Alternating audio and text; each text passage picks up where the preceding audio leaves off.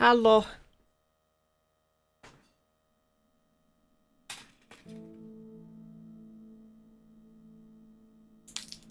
Do you know the Muffin Man? He lives on Drury Lane.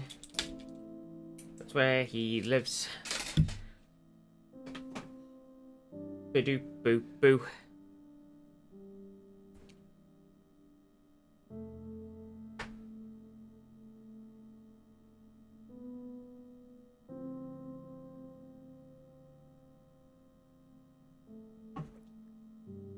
Oh no no, Bert, don't stand on there. Oh my gosh. Kittens. Okay, hang on, let's just do this. And then I can... Oh no! Oh, thank you, Zeph, for running ads. I was like, oh my god, I didn't run ads. I just went and made a cup of tea. Dear God!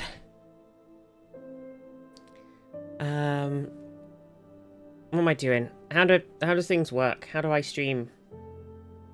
Hi, it's me. I realised that I still got a bit of... Previously had makeup on right now. So, I look even more tired than normal. But it's fine. Because we are tired. Aren't we, Mishmosh? Oh my god, it's cat central in here. It's kind of crazy. Bertie's probably going to press some buttons and mess the stream up. Aren't you, my little Bert? Hey, you two. Look at these little kittens. Hello, Wishy-Washy. Hello, Bert Boo.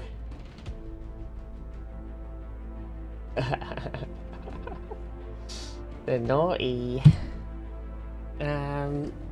Little monsters. They're little monsters. What a silly mishmash. What a silly boy. Okay, so I will say... Oh, wait, hang on, after the do-do-do-doos.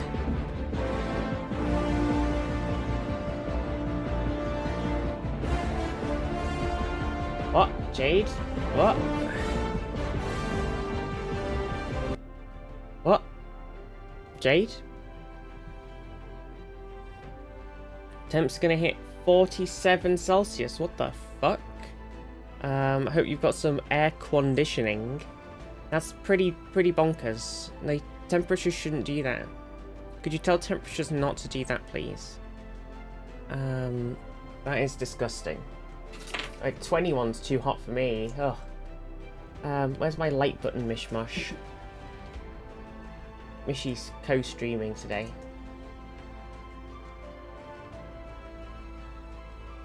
Co-streamer Mishmosh.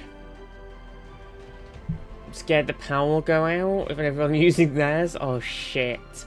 Oh my god, that could happen. Oh shit the bird. But everybody, you're gonna have to use it. Oh. Back in... Man. I don't... The white balance can go below the temperature. What's going on? No, if I put it on... It goes below the setting I can actually do it with normally. Madness.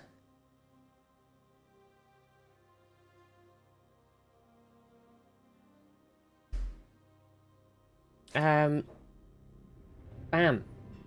How's everybody? What's happening? You can just see the bags under my eyes now. I just look so fucking tired. Hang on. Oh dear.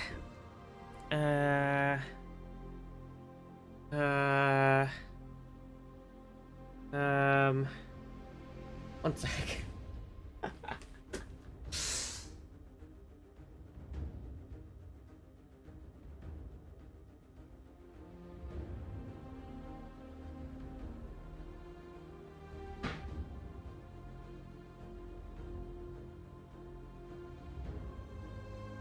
Do do do do do do do do do do do do do do.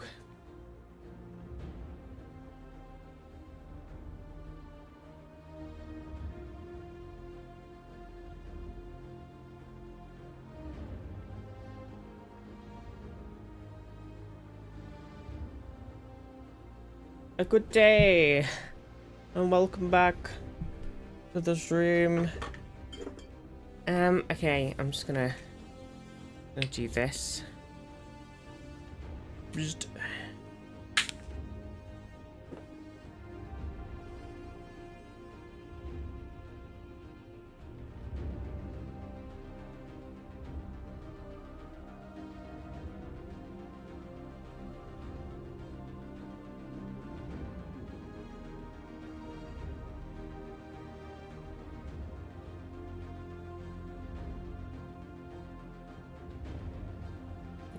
didn't really make much difference, did it?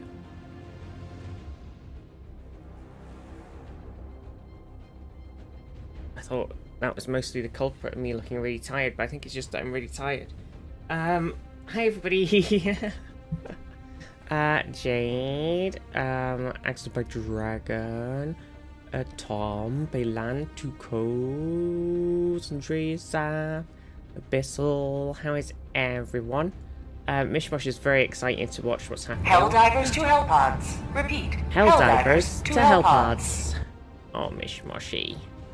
My son. My beautiful boy. Ivy. Carradine. I'm tired. Let me just figure that out. God, what's happening? This weekend I'm preparing for that possibility by preparing ice and plenty of water balls for the fridge freezer and a blink pole penny inside to cool off. Oh my god. Well, I hope it's manageable, Jade. God. Well, like, it's just quickly hop on a plane and fly somewhere that's cold. Fly to the UK. It's cold here. Not even 10 degrees. Night Charm. Carried in on the 55 stream streak.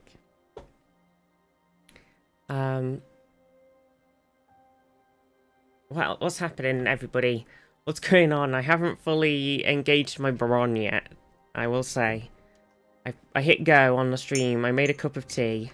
I made a nice chai latte. Lovely. So it's, you know, it is tea, because it's chai, which means tea. But that's not the point. You alright, Mishmashy? What are you doing then today, you nice silly Mishmash? What does silly kitten? He's like, I'm going to stand here in front of your screen, and if anything moves on it, I'm going to kill it. Hello, Storyteller. I'd like to poison the mare this evening. Oh, yes. Hello, Paylan, my poisoner. Who would you like to poison this evening? We played some Blood on the Clock Tower on Sunday, which was good fun. Nice chill, very, very chill, nice Blood on the Clock Tower time. The first game, we got Jay Shaw, who's in Gobs and Grims, to fill in, because we needed one more person. And we were like, you know, it's a chill game and everything. And they were like, yep, yep, yep. And then they were playing. And I could tell it was like, they were like, everybody was like, oh gosh, Jay's so scary. Because they know what they're doing. They played a lot of Blood on the Clock Tower. And I was like, I feel like it's kind of like when we used to do some Dread Hunger and everything. And it was like, I remember one of the like first games that Lollip joined, and Ped was like, this is like it's a new player game, you know, take it nice and chill, don't do anything mean. And I was just like, okay, so I was like, okay, I'll take it chill, I'll not do anything crazy. But then it turned out that even me doing what I thought was chill was still like really sort of like, we were still destroying the the innocents as the traitor on Drungies, just by, because they didn't know what they were doing at all. And so it felt like that. It felt like even though Jay was like super toning down the like the thing, he still had such a huge and like knowledgeable grasp of the game that he was still like sort of leading the conversations and laying out his plans and everything, and it was kind of scary, but it was great fun, and it was very lovely to have everybody play. But we want to do some more, maybe. So if anybody else wants to play some chill chill Blood on the Clock Tower or some chill, you know, anything. It'd be good. Be good to use some more. Told Universal credit about my PIP tribunal, and now they've booked 2 separate telephone appointments to review my claim. I'm concerned they're gonna try fuck me. What the fuck? What, you can't? The tribunal says that they've got to pay it and also pay you the money. Then they can't get out of this.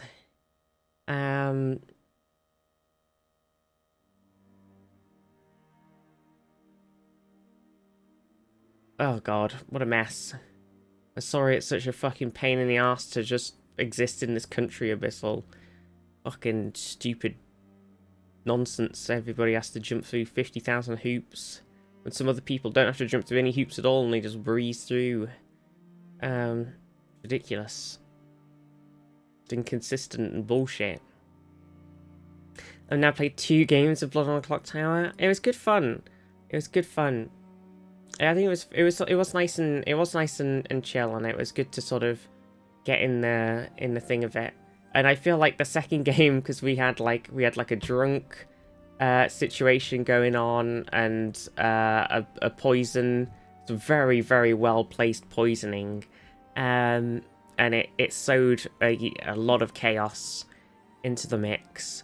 And I felt bad for poor Night Charm, because we did stack.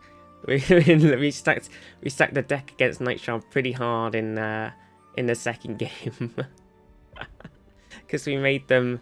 It was like a poisoned investigator, so we made them one of the investigator's targets, which we weren't gonna do, and then we had made them a mare, which they were bluffing as in the first game, because it was sort of the game assigned them mare, and then we were like, that's funny, let's keep it. And then we also made Night Charm the red herring for the fortune teller. So poor Night Charm just had like so many like, but I knew you could handle it, Night Charm, okay? It was just sort of ended up with you having like everything. It was just my dad's phone. Ring. It was probably his work phone, and he's not at work right now because he's off ill, so it'll be fine. It'll be but it was good fun. It was good fun. It was some good Blood on the Clock Towering. It was a good time. I definitely want to do some more. If anybody else would like to play at some point.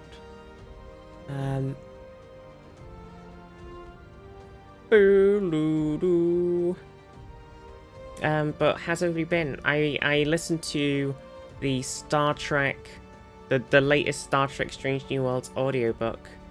While I was playing some Guild Wars these last 2 days. Guild Wars binging. Hello there. Which is very good. Pseudopop. At that game I had dinner, then jumped in with the Shadow community. They made me the imp straight away. Oh god, Night Shadow, no. You're like, please, no more. No more evil.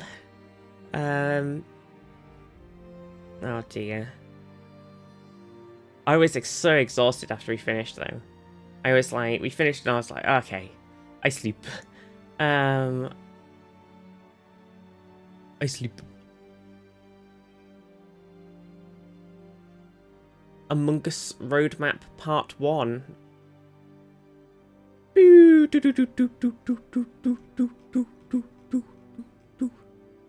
yeah, adding some new roles to Among Us. I like how you can't actually see the roadmap. Roles. Currently have 15 prototypes in the works. I just want a Jester.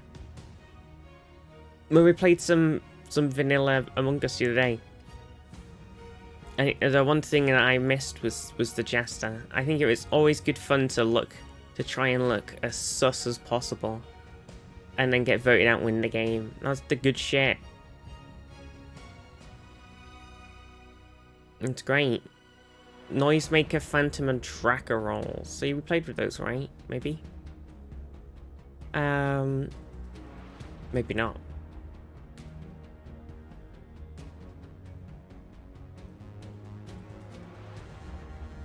Yes. Anything else? Oh, there's been a new patch for Xenonauts, but it should, since we're not in the middle of a tactical mission, it should be okay for us to carry on. So that's good. Anybody watching Percy Jackson and right now on Disney Plus? Because the season 2 just finished and it was really good. I've really been enjoying it a lot. And season 3 is also coming out this year apparently, which is pretty pog. Pretty pog. It's kind of, I feel like it as a series, it's kind of flying under the radar as like a, you know, they've obviously changed some things from the books because some people are like in a classic, "Oh, this isn't exactly like the book," but it seemed, I mean, I had the first book, so I can't comment on the book accuracy, but I could comment on the enjoyment levels, and my enjoyment levels are very high. So yeah. So I think it's just good. It's a good little book adaptation series, and it's kind of flying under the radar a little bit, I think. But it is, you know, for a younger audience, really. So maybe that's why. But I'm glad season 3's coming. And I've been watching some Fallout, which has been getting very interesting. Very curious. Some little lore things happening. Now Fallout 4 introduced the cryopods, and now everyone and their mum seems to be in a fucking cryopod. I haven't seen yesterday's episode yet. It was a good one. Yeah, I'm enjoying the Fallout as well. It's good. Apparently they've got a 5-season plan,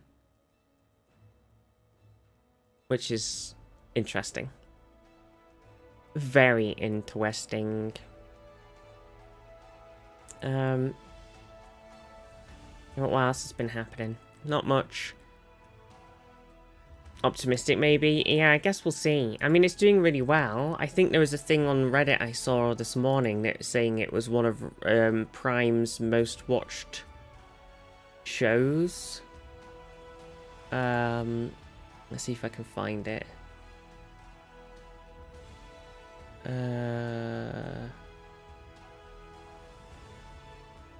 Fallout Season 2 ranks as Prime's 6th most watched season ever. There you go.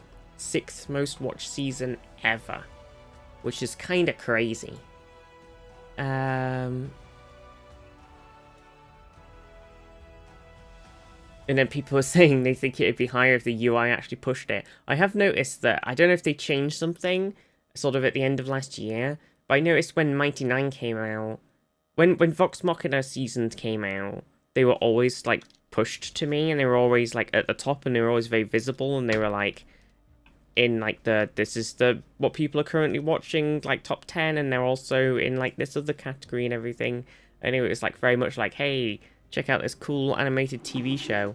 Whereas when Mighty 9 came out, it basically just it was just impossible to find it, even whilst you were still currently in the process of watching it. It was like so hidden away and like just not there. Even when it was in like the top 10, it felt like the top 10 was suddenly like 6 million miles down the page and not obviously accessible. And I was just like, I don't know what they've done. And I feel like Fallout's the same. I feel like the sort of thing about them releasing these new shows is they're just not visible on the fucking page on Prime, and it's just like, what are you doing? Prime doesn't exactly have many shows. That's true. They've got a lot of animated stuff though, right? They've got Invincible and the Crit Role series is and Has Been Hotel and all that sort of stuff. Fallout was always on my front page until I watched the first episode, and then Manuel asked you to search. Yeah, that's what I mean. And then I finished The Mighty Nine, and now it's like constantly going, must watch new series and everything, and I'm like, well, I've already fucking watched it. The second series is more esoteric than the first. I think the second season, it has like some really great bits happening in it, and then it also is like too silly in some parts. I know Fallout is just silly, but I feel like some parts of it they've been doing, it's just too silly. So it's a funny contrast. But I'm enjoying it. I hope it lasts and stay good. I've been burned so many times. Yeah, I think that's a big thing. I think for me, it's just getting invested in a series that, you know, is supposed to have like a sort of multi-season long story, and then it just getting cancelled. I think that's always the, like, dare I say, Wheel of Time. Oh, my Wheel of Time, it got so good, it was so good in season 3, and they fucking cancelled it, those fucking bastards. Nah.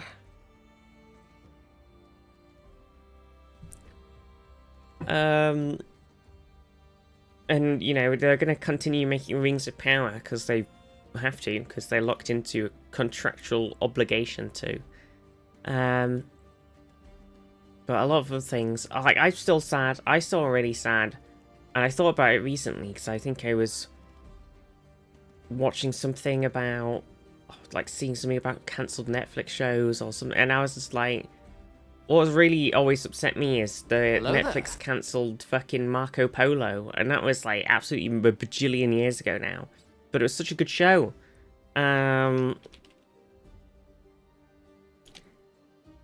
2014, that TV series, crazy looking at it now. Look at that beautiful armor. Kublai Khan. And Thingamabob, who is in Doctor Strange, Benedict Wong. Such a great Kublai Khan. It was a great show. And I'm sad because they ended it on like a fucking giant ass cliffhanger as well. They couldn't even have like done like a 3-episode wrap up or something to at least give us some like nice ending. Bastards. Those bloody bastards, Jon Snow. So that always makes me sad. It always makes, every time I think about TV series being cancelled, I'm like, damn. I'm not a fan of Marvel, but it's sad when they cancelled Jessica Jones. Well, you never know, in this day and age of Marvel having all the TV shows under their umbrella and making a new series of Daredevil, Jessica Jones may make a reappearance. You never know. Angus, how are you? Not making money, get axed. Yeah, but I feel like with a lot of things, it's like, it's not even like Netflix especially. It has like, they have like such a weird, like a weird structure to how they decide whether something should continue or not. And it's like something to do with like, I think a lot of people sort of agree that it tends to sort of be more like the level of viewers that watch through the entire season or something like that. Like it's so it might have like a really, really good like first 2 episode spike, and then if people drop off and stop watching as the season releases, then I'm like, nope, that's in the bin. Yeah, sometimes things do pop off really well and everybody's super hype about them, and then they get fucking cancelled. So it's just hard to tell. And I think usually with Netflix as well, it's like they obviously pay the actors and writers and everything and showrunners like they could obviously get away with paying them less or like a reasonable amount in the first 2 seasons, and then everybody goes, oh, I'd like a pay rise please, and they go, let's cancel the show. And it's just like, oh, okay, fuck. So I don't know, it's a bit annoying. Tis a bit annoying.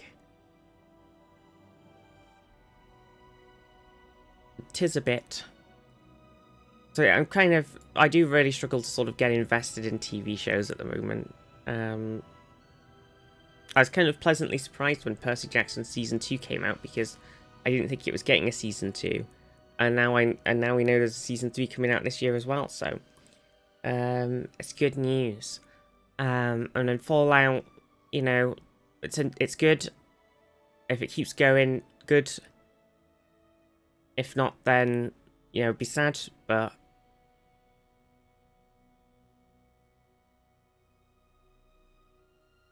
Prime Video show. But I don't know, it's hard to get invested in a lot of stuff nowadays because they just get cancelled willy-nilly.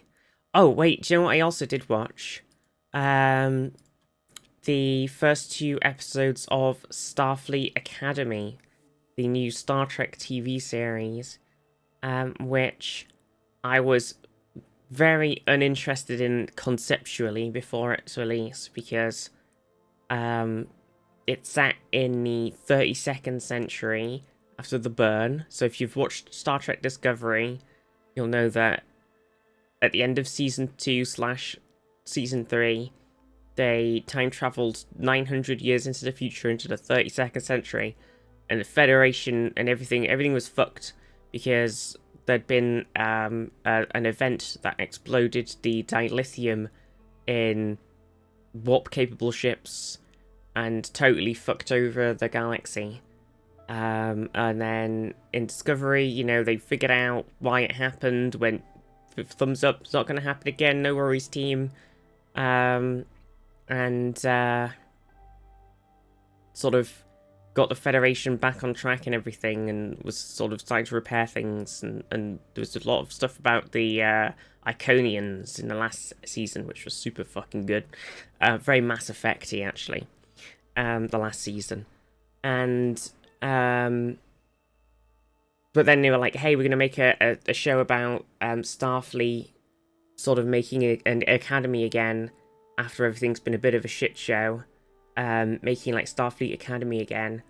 And I was a bit like, I was like, I kind of prefer it to be, if we're making a Starfleet Academy show, I kind of prefer it to be set around the like Lower Decks era or the post-Picard era. You know, sort of the classic area time around post-TNG, Voyager, DS9, like that sort of time, right? But that's not what they've done. They made it in the 32nd century. But I watched the first 2 episodes, and actually, it's pretty good. And it's kind of okay, because it's just sort of like, yeah, the galaxy's been a bit of a fucking shit place. But people are there, the kids, the young'uns, you know, the young adults, they're here to learn how to be Starfleet. And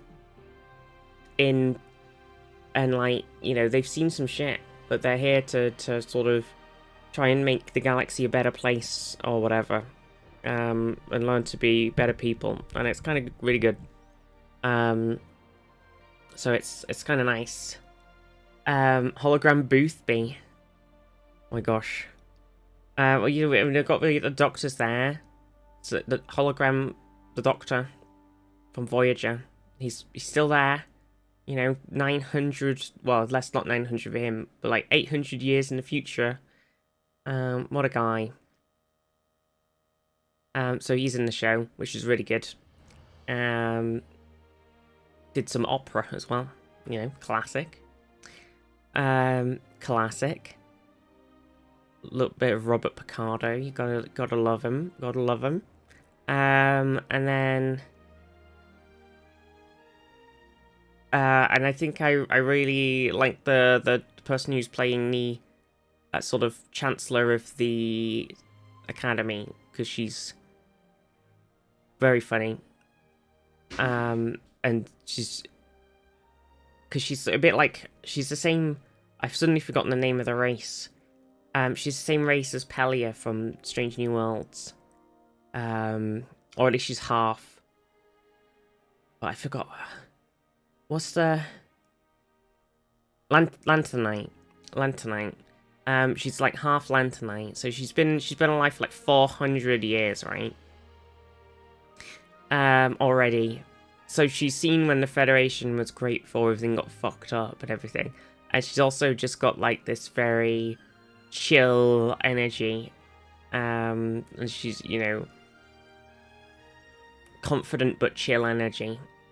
And she just keeps lounging all over everything.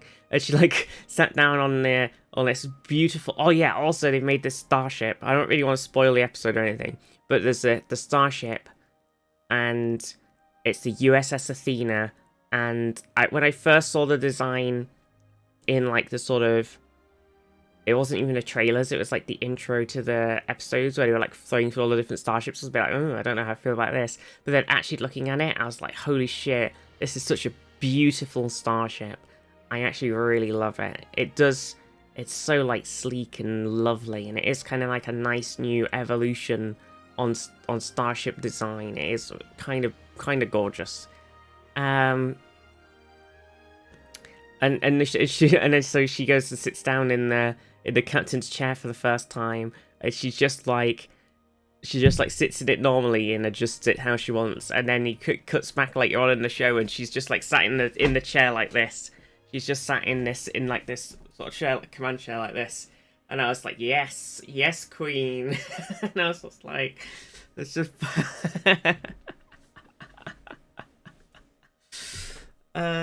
Just like the most lounging around in the captain's chair ever. You never catch Picard doing that. You never catch Picard fucking lounging around in his captain's chair. Just flipping through a book.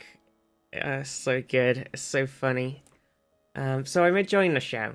It is good. It definitely feel like... I'm not somebody who's going to be like, fuck this show, or setting the wrong type or like, don't get me wrong, I really do want a show that is set after, sort of, or like around the Picard season time, where we can get like, you know, they can maybe just make a new crew or something, and have like, you could have like Tom and B'Elanna's kid be there, and be in Starfleet, and be like an ensign or a lieutenant or something. You could have... Then people can cameo in, you know? You could have, like, cameo Janeway, cameo Tuvok, etc., right? That's what... It would be nice. Everybody's, you know...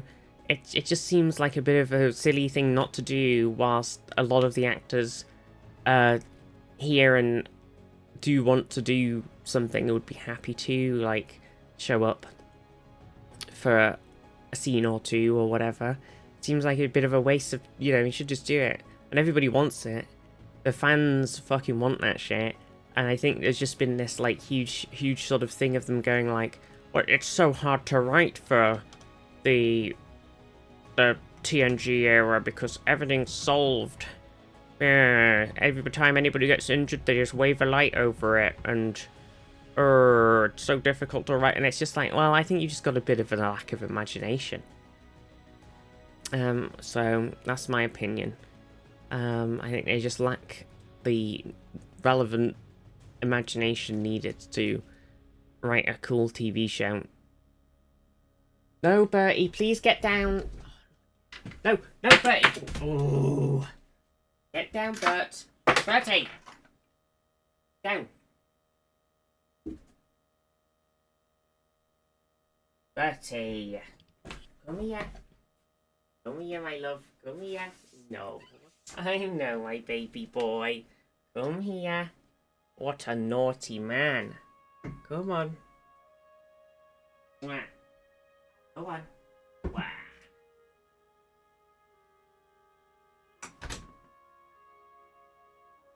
It's very naughty. He's done that. It's not the second time he's done that.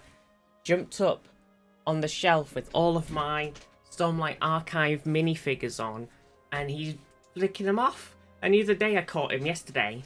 He jumped up on there, and then I told him to get down, he got down. And then he jumped up again on it like 2 minutes later, and he picked one of them up in his mouth and tried to run off with it. So I was like, you can't come in here now. And then he's just gone up there again, and he's just trying to flick them all around. Oh. I feel like Czech is in the same place as other franchises, needs a time skip. No, see, I don't agree though. I don't think it does need a time skip. Like it could do. It needs, like, obviously needs to go. Well, this is the time skip, you know. Academy is the time skip, but I don't think it needs it. I'm not there going like it has to have a time skip. I feel like it's fine.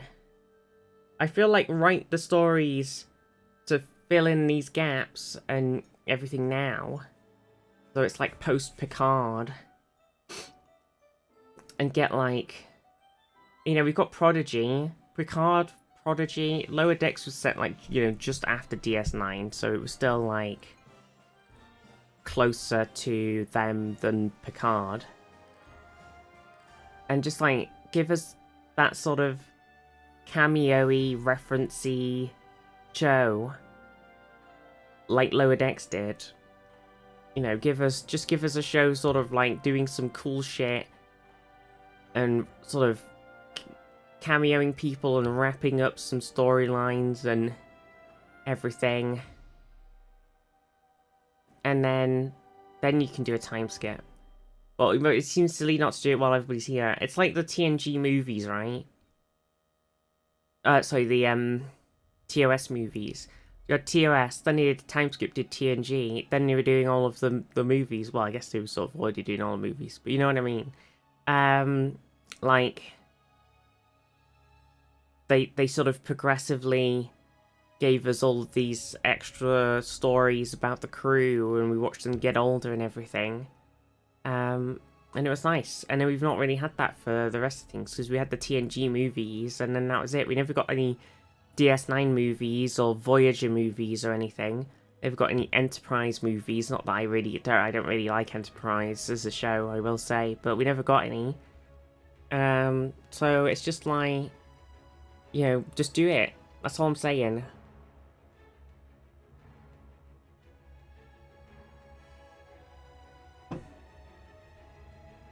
I've just been enjoying a lot of audiobooks recently, to be honest. With Star Trek. I've just been like, I want some more Star Trek. I got all these books. The Strange New World books I've been enjoying a lot. So if you want a bit of Star Trek in your life, Strange New World books that they've been releasing, very good. I've enjoyed them. 24th century stuff has been wrapped up, none of the shows were cancelled, and they ended up in places that made sense for the characters, except maybe Cisco. Yeah, I definitely feel like DS9 we wrapped some stuff up, but it's kind of hard for them to do now, because obviously lost so many of the actors. You know, the world could always use more heroes. Copper _ just resubscribed for 43 months. Hi Viz Wave. Copper, thank you so much for the 43 months. Hope you're doing good.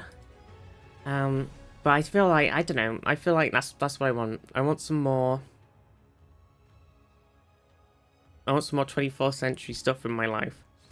I feel like there's room to do things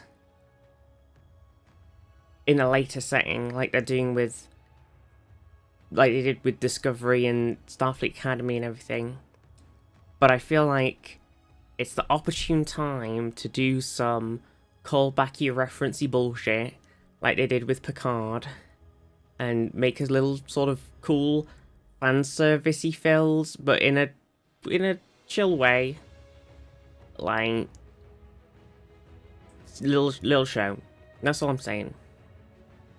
I can wrap up a couple of little overhanging storylines, do something to get like these characters involved. I think it'd be good. I think it'd be cool to see something like show the time traveling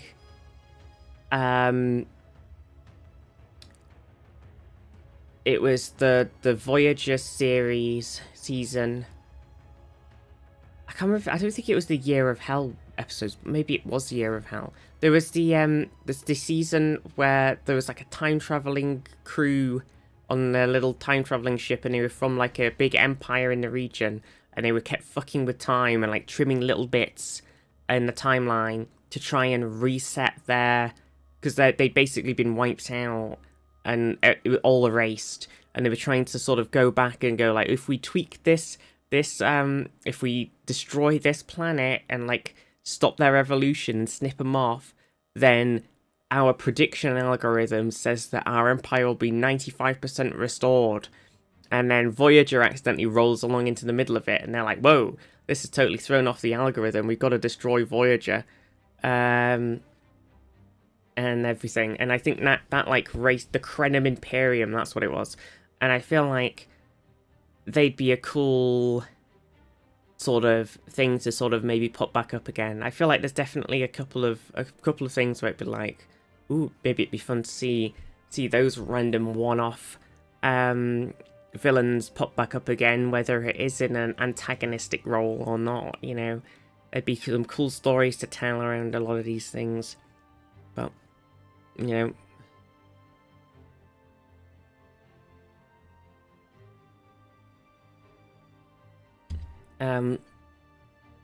but yeah, anyway, Star Trek. I'm in a very Star Trek mood at the moment. I've been playing a bunch of Guild Wars, and I've been Star Trekking. Oops. Oh yeah, the Sphere Builders. Did we ever find out who the Sphere Builders were? Because I can't remember if it was mentioned in anything. In Discovery, we sort of get quite a big, lovely chunk of Iconian lore, which we don't really. The Iconians just sort of vaguely appear occasionally throughout, mostly just TNG, really, and then the video game, Star Trek Resurgence, obviously. So, but it was nice to have a sort of like kind of Mass Effect-y feeling thing about how, I don't know if I want to spoil that, because I'm sure we're probably getting to that episode in our Star Trek TNG watch on the Discord.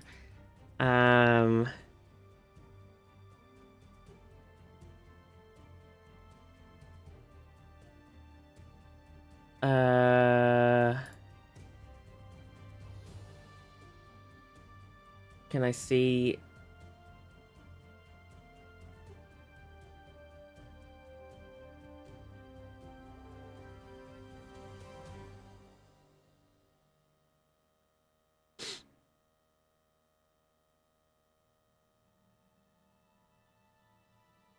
Because they did make some Dyson spheres, the Iconians, but I don't know if we ever got any confirmation that they made the Dyson sphere that we saw Scotty and Co on. Also, he gets yeeted when Paramount execs let the producers write their own stuff and drop the last minute temporal Cold War crap. Yeah.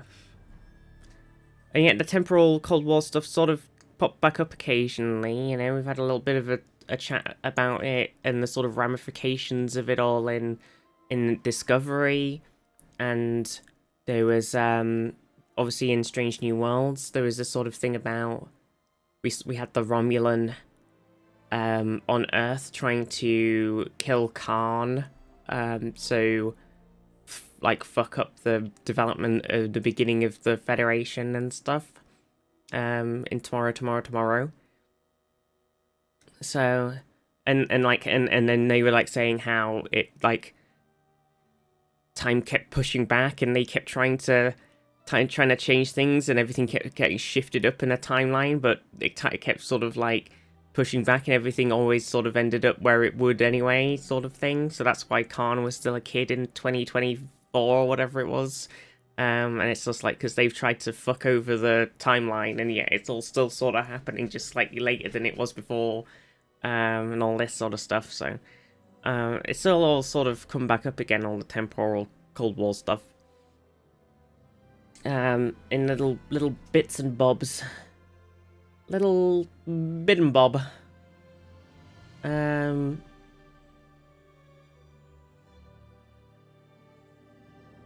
was kind of hoping it would tell me what episodes the Iconians would appeared in, so that I could see what episode is the one.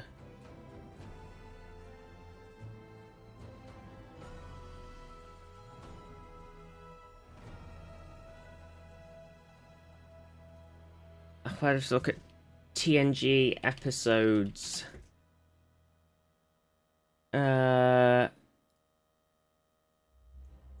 TNG episode list. So we're on season 3 right now on our watch partying. And we just did Sins of the Father. Allegiance Captain's Holiday. Ooh. Ooh. A little bit of what's it called? With the, you know, winky face. Tin Man, Hollow Pursuits, The Most Toys. Sarek! Oh my god!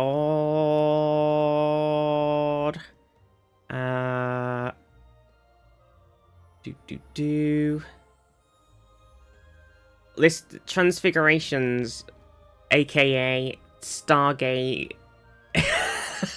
Stargate. Star Trek Stargate.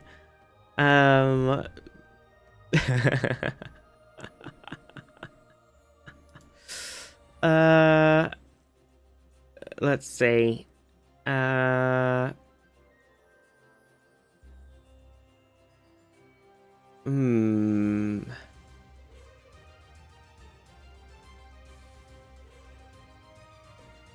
Where is it? What season was it in?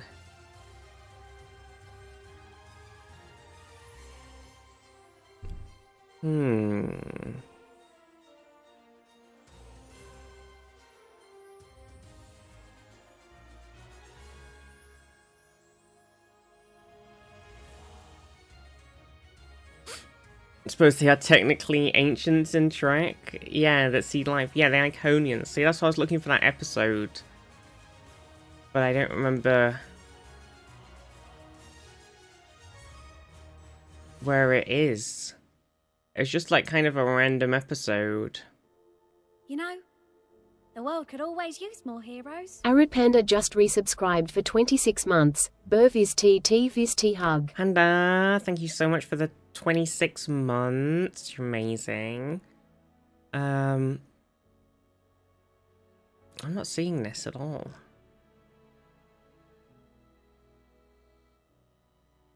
Was it in the last season?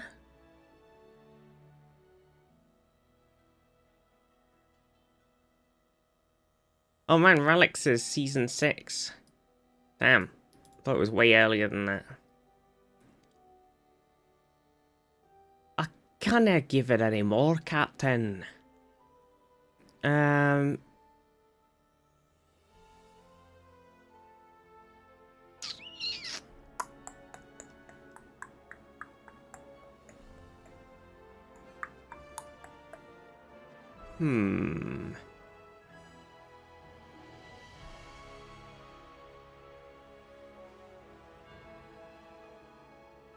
Aha, this one. Season 6, episode 20, The Chase. And we're a little bit off of that. We're a little bit off. The crew of the Enterprise must race against the various rival powers to uncover an archaeological secret that explains the predominance of humanoid life forms in the galaxy.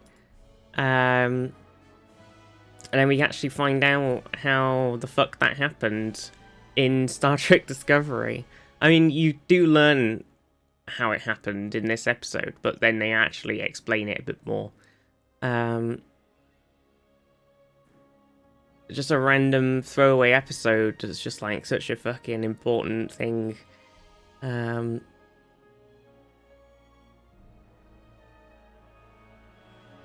they ever do anything else with them other than that one episode? I feel like it's just, there's a lot of these sort of things where sometimes it's like a little one-off. I feel like that for, at least for like the Iconians, there was a bit in like a TNG episode that we have watched in our watch party where they, the Romulans, there's like a little planet in the neutral zone and some one of the starships, Federation starships, had gone in there for some reason, and then it gets destroyed, and the Enterprise is like, well, we've got to investigate. Or like they went there, scanned it, and then were coming back, and then got destroyed, and the Enterprise was like, well, we've got to investigate this because, you know, clearly they found something. And then they go there and they're like, ha ha ha, and the Romulans are trying to blow them up, and there's like a sort of a doorway. There's like these doorways that are kind of like, I guess, sort of instantaneous stargates, and you can like jump to different places in the galaxy just by stepping through a gate, like a little door. And that was like one of the Iconian things. So I can't remember if they actually mentioned Iconian at the time. And then obviously in like the first episode of the show, not first episode, one of the earlier episodes of the show where we meet the Ferengi for the first time, it's on the one of the old Iconian planets with portal and everything, on their empire. But I can't remember if Iconian is even, I think it does get brought up in that by name. So there's all these little bits, and then obviously the like seeding whole humanoid life in the galaxy thing. So they pop up as like a sort of precursor race in the galaxy, right? It's all sprinkled in there, but then it's sort of just occasionally pops up for like an episode. Meanwhile, Stargate spent like 5 seasons and a spin-off on ancient seeding life. Yeah, Stargate's whole fucking thing was about, you know, I fucking love Stargate. I think it is a show that brilliantly managed to do the serialized, like episodic stories, whilst having it be this constantly ever-evolving and ever-flowing story. They didn't do like a full reset like Star Trek did and Voyager did and everything, where it's like, we're trying to head home, but the ship was totally fucked up last episode, but now it's totally fine. It was nothing like that. Like, everything sort of just flowed through really nicely, and they just spent so long with this, like, oh, the Goa'uld say that they did all this stuff, and they're, you know, they think they pretend to be gods, and they're using technology to pretend to look like gods, and saying that they made all life and all this and everything, and you're like, yep, no, they didn't. Here's this, you know, that we found out that there used to be these, like, 4 major powers, 4 races in the galaxy that were, like, super powerful, and one of them is the Asgard, one of them is the Ancients, and then there's the race that we actually find it really early in the show that I've suddenly forgotten the name of, and then the race that we still basically never find anything out about in the entire fucking thing, and they never touched on ever again. The full and then we like slowly unravel this mystery over the first few seasons about the existence of the Ancients, and then they're like this sort of key plot point for the rest of the fucking show. And it's great. It's fucking great. There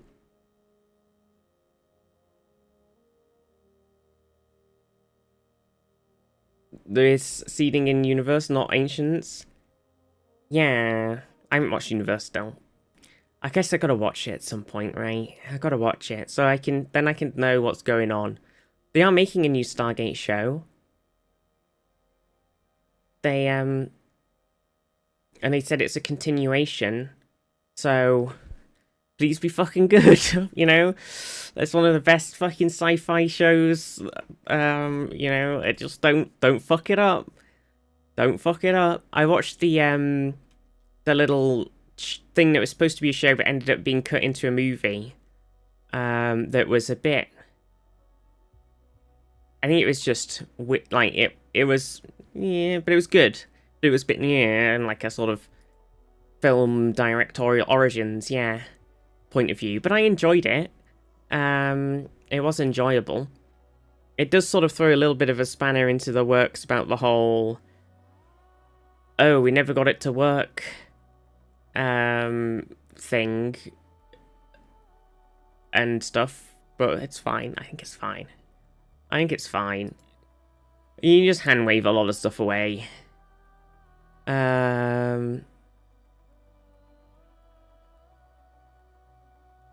It's a cool ship.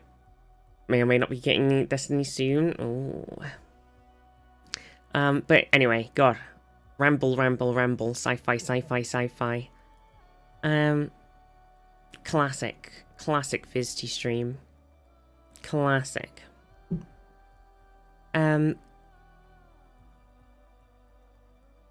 Anything else been happening that we need to talk about? Generally speaking. Any video game things or any other TV show things or anything? I've also been watching The Traitors in the UK, if anybody's a Traitor watcher. It's about to finish this season. There's only like 2 episodes left. I'm enjoying it. It's sort of frustrating at times, but also enjoyable. I definitely feel like the format, maybe because I've watched and played a bunch of other social deception games, but I feel like the format of sort of the thing of the traitors, I think there's like 20 people or something at the start, right? And then there's like 3 traitors, except they did something slightly different in this one, but still conceptually, let's just assume that that's the sort of thing. And then if a traitor gets knocked off, then they can recruit somebody else. And they can keep doing that until, like, basically the sort of nearly the very end of the show. So that there's always, like, so the people who are faithful, innocent, etc., have basically no fucking information at all. They've just got to go off of, like, vibes, or if anybody does something that just seems, like, especially fucking weird. And it's just like, I don't know if I vibe with that form. I don't know if I like the idea that... I feel like the problem with the show is it's actually better to have a clear idea in your mind who the traitors are, make them think that you're in their pocket, so you think they're like super innocent, and you're like, yeah, I know, I trust you, sort of sit in their pocket all the way to the end, voting off every other innocent, and then get to the end and then vote them out, and then win the game. I feel like that's the way to play as a faithful, right? That's the only way to play. Like, because if you vote out the traitors, if you know who the traitors are, and you make everybody, like, get on the same page as you, and you vote them out, then somebody else becomes a traitor, and you've got to do it all over again. You've got to figure it out all over again. And it could be you, in which case, you know, that's great for you, because then you have all the information and all the control. But it's just like... I feel like there's not a huge incentive to actually vote out the traitors, because they just recruit another one. And I feel like that's a bit of a problem with the show. But then at the same time, the show would be a lot shorter if they just, like, vote out the 3 traitors in the first 3 episodes, and then it's just a load of faithfuls just sort of making some money and then getting to the end. So it's it is tricky. I think I don't know, I think it might benefit from like having some other roles in there, maybe some more neutral, like, ability, like, I'm trying to think of it like more like Blood on a Clock Tower, or, you know, another, like, a Among Us sort of thing, maybe having like a couple of extra little, like, faithful roles or neutral roles that do something and have some information or something to sort of make the game a bit more, like, give more of a reason to find out who the traitors are and vote them out. I don't know. I feel like the format, it's a bit weird. I've not watched Traitors because Clock Tower exists. Yeah, it just feels a bit weird when you think about it like that. Like, from a sort of, in every other social deception game, you vote out the bad people and then win the game. Whereas in that, you vote out the bad people, somebody else comes bad, and the game continues, and you now have no idea who it is. So it's a bit of a weird one. It is a bit of a weird one. Star something or another, exactly. mate's trying to get me into that, but I'm scared of Claudia Winkleman. I think I really love Claudia. I don't know if it's because we're normally, I know right now I've sort of got a bit of a parting going on because my fringe is too long, but we're usually fringe twins, right? You know, she's part of Fringe Gang. And I just think she's just kind of funny. In this episode, I don't want to spoil anything that happened or anything about, I'm just going to mention something from the task, okay? I'm not spoiling anything else. But in the task, they had to, like, rip open teddies, like, stuffed teddies, and then in one bit, she's like, one of the contestants is trying to look for a thing and ripping open a teddy, and she just turns around and shouts at them. She goes, Rip open that penguin! Spill its guts! Or something like, rip out its heart! Or something like that. And everybody's like...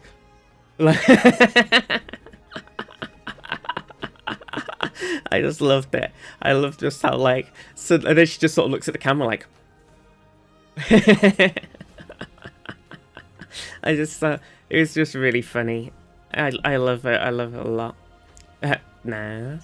Rip Claudia on Strictly. Well, I think Strictly could be dead. See, scary? No, I like it. I think it's funny. She's just playing the part, you know? She's just playing... She's doing it for the bit. It's just good fun. The reason you didn't watch this year is the format was bothering you, Zaf? Well, not to spoil the season again, but because this is introduced immediately before it even starts, in this season of the traitors, they have the 3 traitors, and then they also added a secret traitor, who the other traitors don't know who it is, and the secret traitor shortlists their, like, 3 killing candidates, and then gives that to the traitors, and then the traitors decide who to kill from those 3 people. Which I thought was, honestly, I thought it was a good idea. It was kind of added a bit more of a sort of spice to it.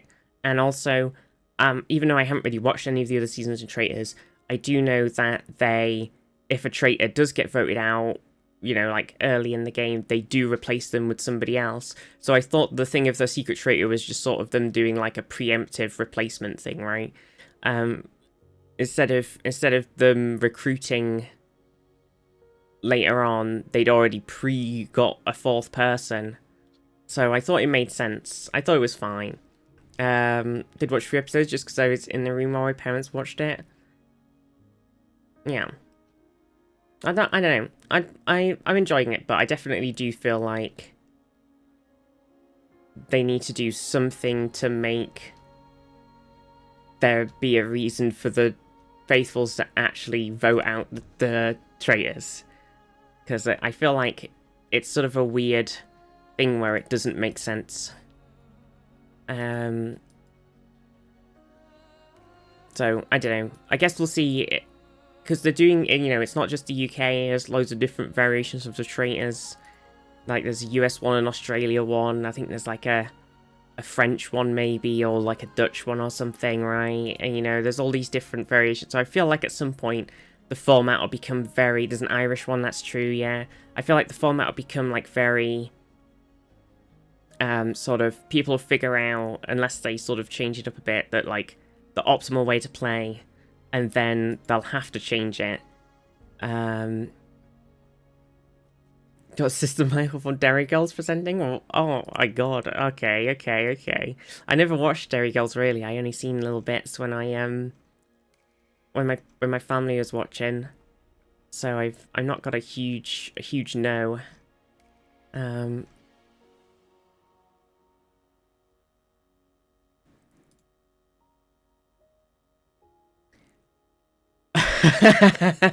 Nah, NATO seems to be playing traitors at the moment, though I think the traitors made it obvious who they are.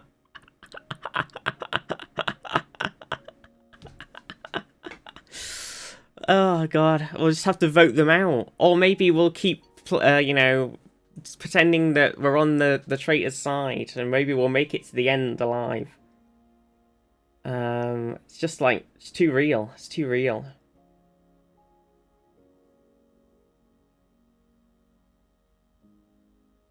There he goes, wait, the It prequel, or the IT prequel?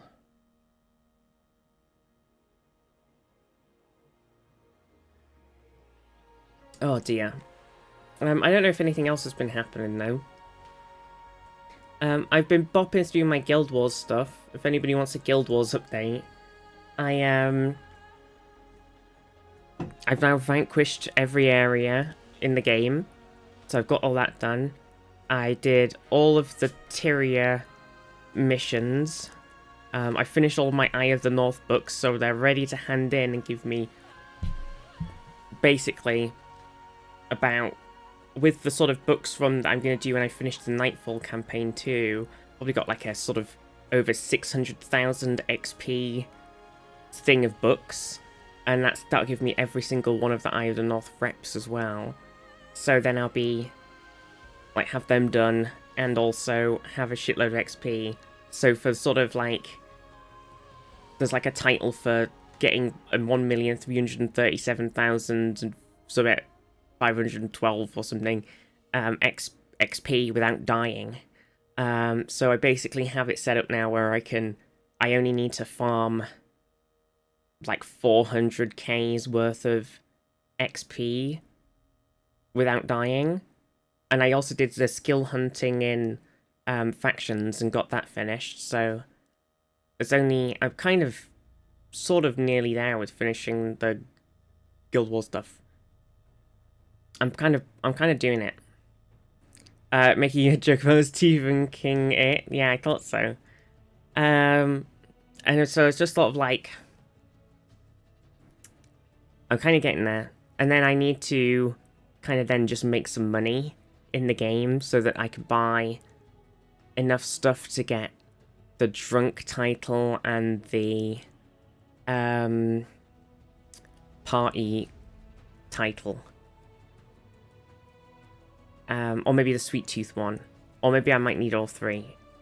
Whatever's easiest and cheapest.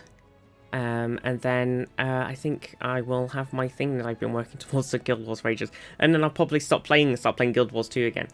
But it's been kind of like my off-stream binge game. It's been a bit of a thing for me recently. I don't know, you know, when you turn like a hobby into a sort of job or whatever, you know, streaming, sometimes I don't really feel like playing video games very much off-stream, and I don't really know what to play, and I'm not really in the mood for anything, and I just kind of sit there and I'm like, ugh, I don't know what to do. But with Guild Wars 1 sort of being here, it's been very much like a huge enjoyable focus for me off stream, and I've been playing it a whole bunch and kind of enjoying it a lot. And it's been nice in my sort of big pain times when I'm sort of totally out of it, in a lot of pain. I can just sort of lay down and play some Guild Wars. I should try it with the controller actually, because it has got controller support. Normally I just put my keyboard on my knee, but maybe I should give the controller version a go. That might be a good idea. It depends how easy it is to flag heroes and stuff too, though. Zadarin. Bum bum. Bum bum bum bum. Bum bum bum bum bum bum. I'm getting there. I'm getting there on it. I did make a little list of everything that I needed to do actually. And like everything I had the stuff for. I made a Guam tracker. So assuming, let's just say I've got the stuff for Survivor, and I did that one, and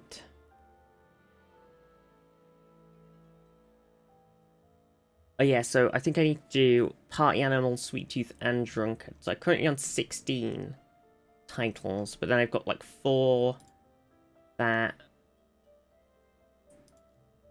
I am close to. And you gotta have 30 titles done in the end. Here's my Guam tracker. So I'm basically saying these ones I don't need to do, right? So done these. Basically have all the stuff I need for Survivor. I've just got to crack down and do this first bit of grind. I need to finish these 2 Guardian ones, but this is what I'm working on right now, and then I'll get that. So that's another 3. And then these 2 Skill Hunter things, that's another 3. So that's 6, that'll bring me to 22. And then when I've handed all these books in, that's another 3, so that's 26, 25. Then I can get this one, which is pretty easy. So that's 26. Must be 27, because otherwise I've miscounted. Oh, no, with Survivor. 27. And then Sweet Tooth, Party Animal, and Drunkard, which is just money. Just money. Money, money, money, money, money, money, money, money, money. So I think both Drunkard and Sweet Tooth, if you're just buying them not off of players, it's 2,000 plat each, which is a lot. And the Party Animal, it's also a lot. So, but then all of these other ones are even more expensive, so just kind of gotta just do a bit of a money grind after that. But yeah, Guild Wars, I'm enjoying it. I'm enjoying it. I've been playing it a bunch. I was thinking like that could be like a thing. I don't know if it would be enjoyable to stream, but it's just sort of like a chill, do stuff sort of game. It's a good time. It's nice. It's nice and chill. Oh my god, do you know what I've totally just forgotten and just remembered right now? We need to finish Strange Horticulture. Holy shit. Okay, shit, I totally forgot. Totally, what a dingus. We need to do that. Anyway, chat. Xenonauts? Any Xenonauters? Any Xenonauters? In the chat. But remember to have some lunch as well soon. Don't forget. So now an hour and 20 minutes of nonsense sci-fi chat. Have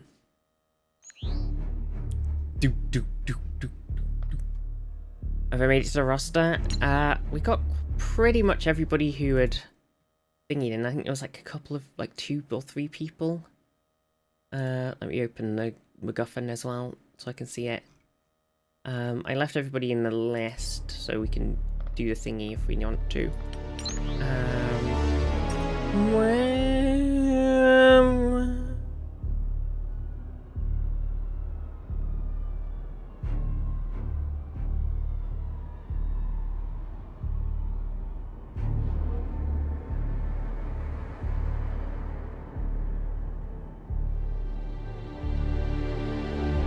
I need to do a little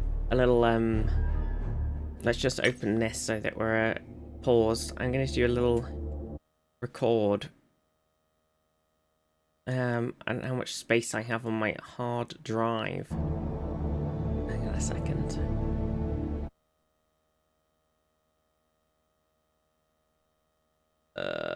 It's still enough space for today. I'll have to fuck around with it. Right, does it sound like the audio is louder again now that we've patched? It does feel quite loud. Maybe just turn the music down a little bit.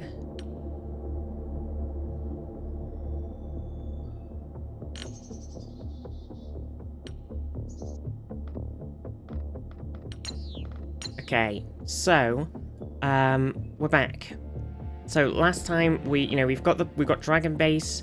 We managed to get this thing here, which gives us an extra 3 operation points per day. There is all of these other places where they've been infiltrated, which we need to use our operation points to sort of counter. And then in the base, we were building the training centers. We built another living capacity, so that's up now. So we have enough space to get either some more scientists, but we'll need more labs, or some more engineers, but we need some more workshops, or some more soldiers, whatever.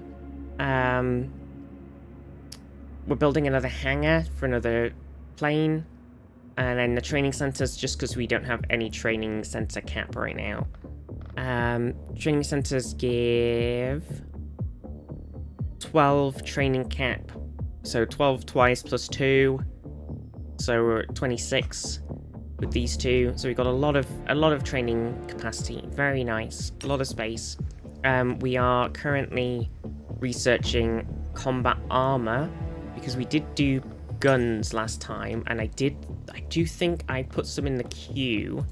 In engineering, yeah, we've got accelerated sniper, machine gun, shotgun, pistols, and rifles are in the queue right now.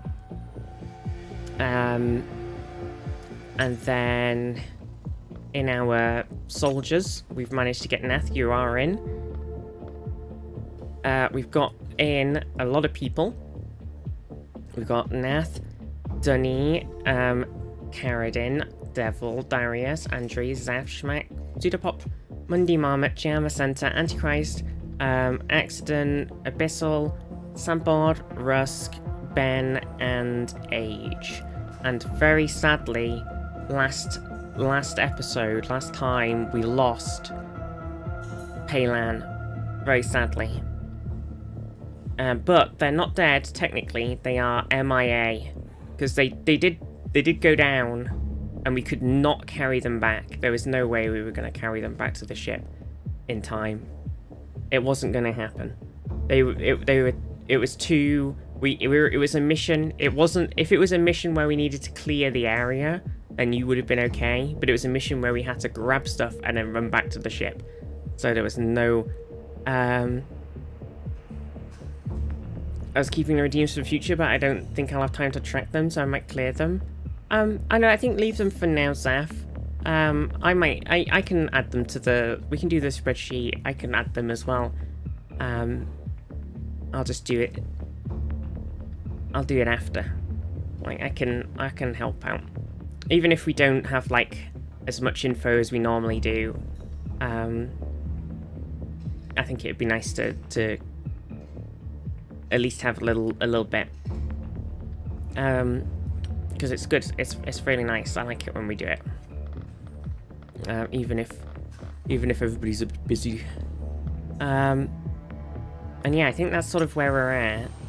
Also, we did name the dropship the Pandapod 2 as well, or Pandapod 1, Pandapod TOO as well.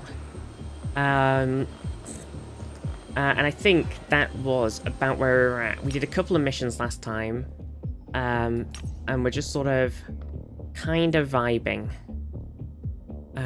I mostly need to figure out which one of these I need to do next. So we've got this engineer is currently in the like Soviet area who is generating doomsday points for the enemy, and then there is a scientist down here which is also doing it. But we can also put like money in here, so we could have, if we had, we would need to use a lot of our points, but we could get 150,000 monthly funding extra, which is pretty huge. So I think the ones that give us the operation points are kind of the best to get now, I would say, because more operation points means that we can then buy everything else in the future easier. That's sort of my thinking. So I might try and either plump for those or try and counter the infiltration. But let's just sort of zoom along. Zaf's recovered from injuries. We have the sniper rifle ready. So sort of on our dropship gang, we've got Dunny here as our sniper. So we can give them this bad boy. Does it use the same ammo? Oh, it does. I immediately was like throwing the ammo away. I feel like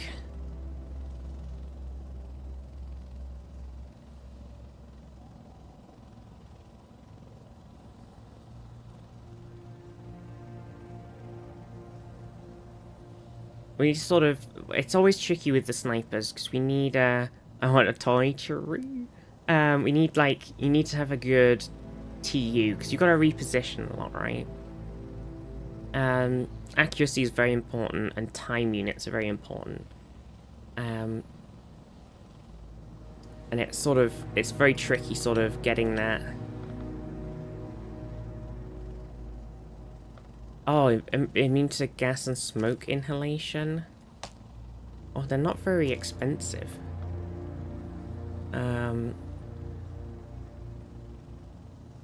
Yeah. Time units and accuracy. So we haven't really got anything right now that can sort of up that. And we do need to make sure on the next mission we do, as long as it's sort of a one where we actually are going to extract, we need to bring a... Like, aren't running... Grabbing something and running away.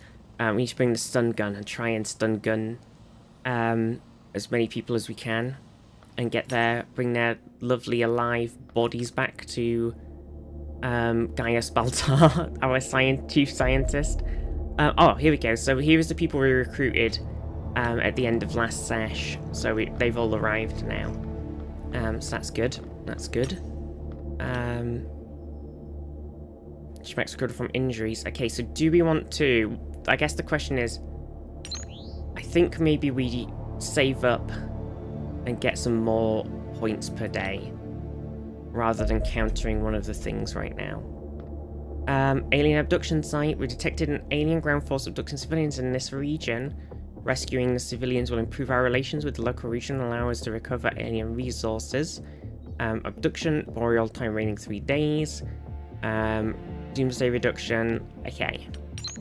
Eliminate all hostile forces. Rescue up to 10 civilians from abduction tubes.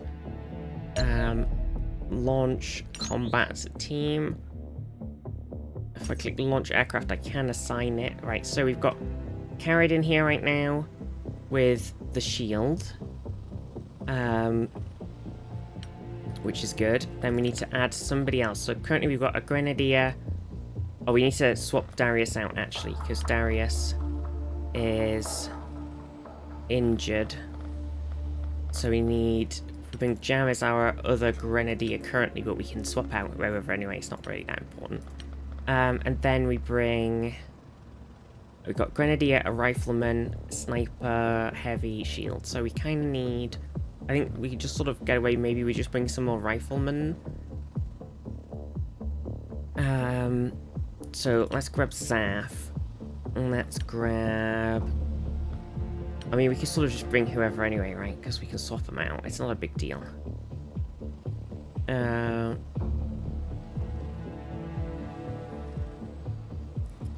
Who's got like a really good TU who's healthy? Schmack. Okay. Send me in, Commander. You got it. You got it, Zaf. Okay, so we need to sort of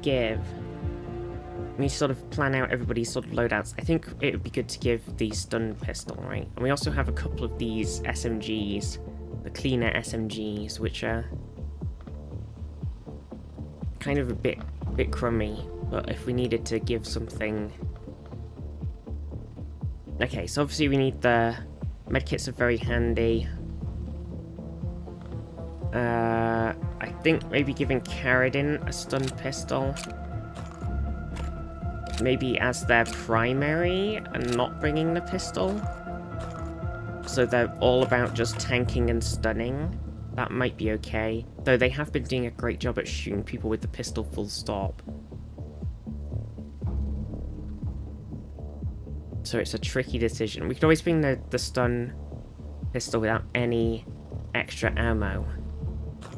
So we could do like... It's tricky because they're wearing heavy armor as well, right? So... if they had that... 15 shots...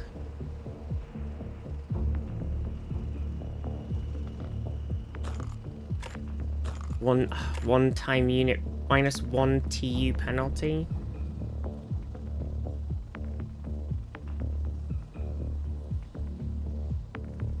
-1 is not bad, is it? -1, that's kind of whatever. Okay. Okay, and we definitely... Medkits are very important.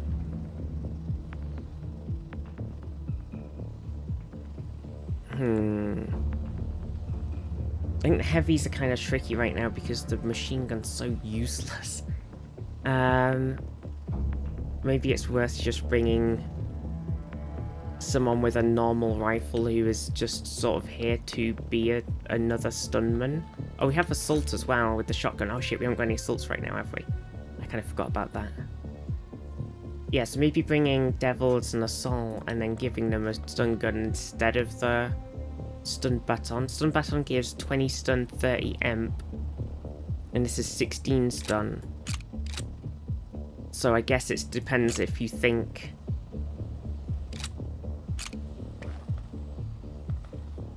what is best.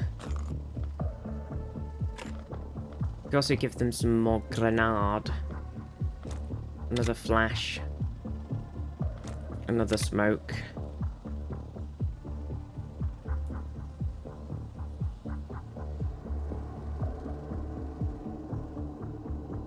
Maybe, yeah, that might be okay.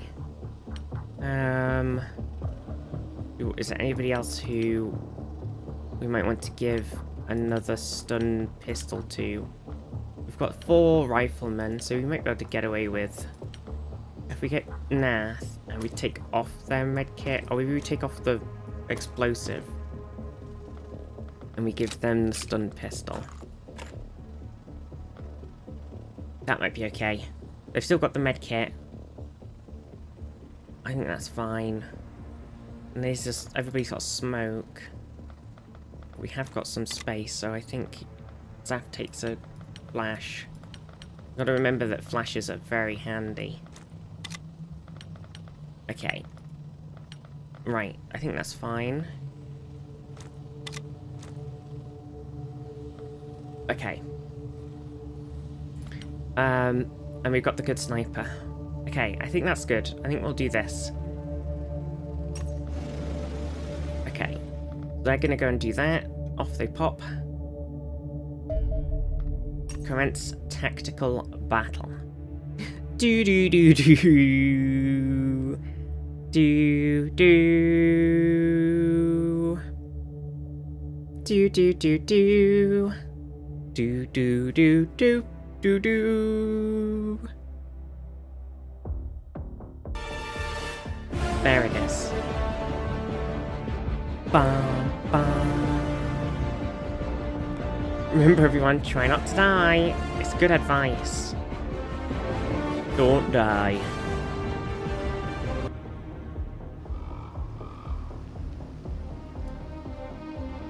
Right. Okay, I think we do what I normally do, which is scout the... This is a civilian, rescue the civilians one. There's an enemy, he's a cleaner. Spotted. So if I shoot them right now, I get it's a 58% chance to hit, and then I could duck back in. Okay, fuck that up. I can shoot again with a shit shot, but I think we just duck back into cover. Okay, Dunny, how are you for shots? If you're there, can you do a snipe on this guy? Good shot. Can you duck back in here? Yeah, okay. Good. Schmack.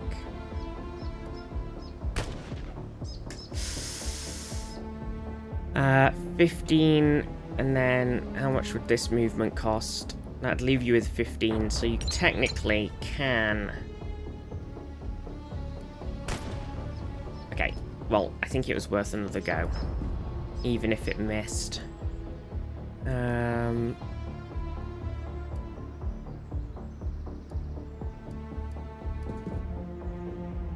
Oh shit, the bad. We can hit this guy possibly with a grenade.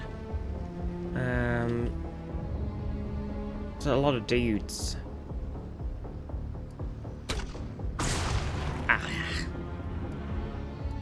Okay, we're kind of a bit stuck on the ship right now, which isn't great. Zaf? Okay, so if you're here, you've got 31 to shoot, so if you duck for cover and then shoot nice, good kill, good kill. Okay.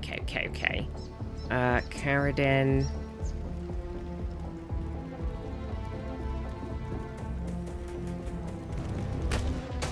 Okay, it's fine. Tank it. 0%. I think just sort of stay like that, maybe. Devil, I think if you run... That's a bit of a risk. And we don't know who's in there, so I don't know if I want to risk that. Maybe if you run along here. Because we know that side is relatively clear. Move up to here and then crouch. And then we've got Andres here. I think if you want to check this side... Well, there's a pod, but there isn't a guy.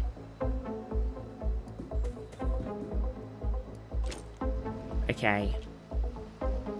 And I think that's everybody.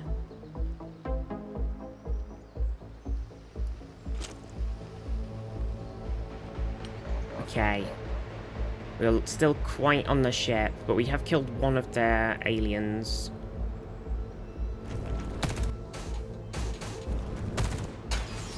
Okay, they're trying to shoot at Carradine, but they're not doing a great job, so it's fine. Okay. Okay, so Devil could come and press this pod. If they were here, they can't have a shot. So maybe just coming over, pressing the pod and then taking cover might be.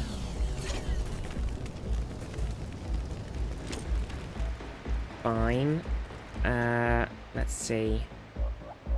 I think if Carradine moves up. Okay, we can see in there. 21 to shoot, so you could think if we just hang on a second though. We get okay, if we move Dunny up, they're not gonna be able to shoot anything yet.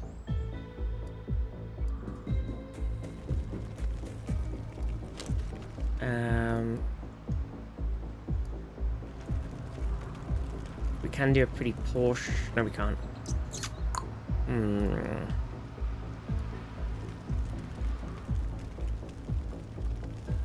I haven't got enough points to shoot this nerd.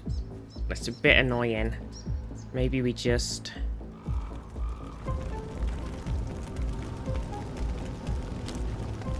sit and tank. I think somebody should go this way with Andres.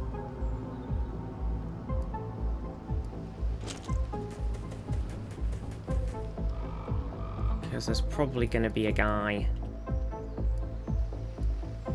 There's a guy. Shit. Okay.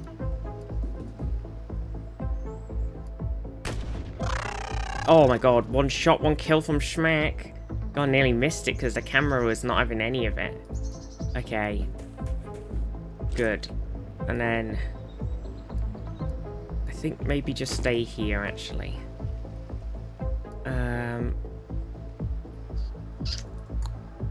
I'm struggling to decide what to do with this guy.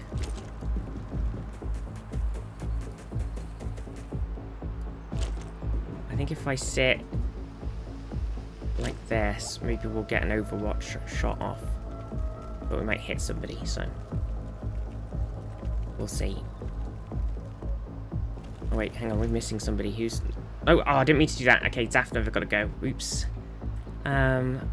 I accidentally spacebarred too much. Yeah, I thought they might do this. Ow. Oh, shit. Okay, hang on. Okay, so they are in shotgun range, but they are also in sort of range to get stun shot.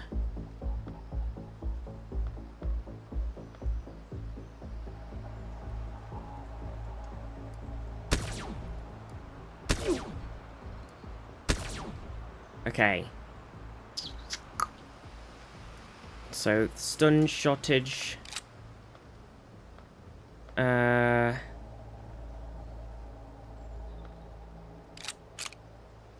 Hasn't paid off.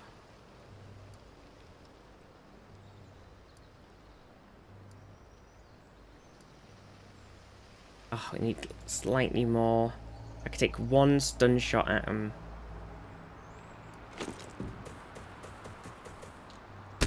Ah! Might have to kill him now.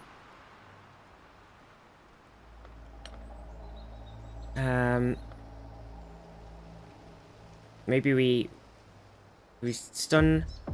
Capable of being unconscious. Stun damage is fixed by armor resistances. Blah blah blah. You know, fall unconscious if their accumulated stun damage exceeds their current hit points. Okay, so we do need to sort of, if we can shoot them, then it does help.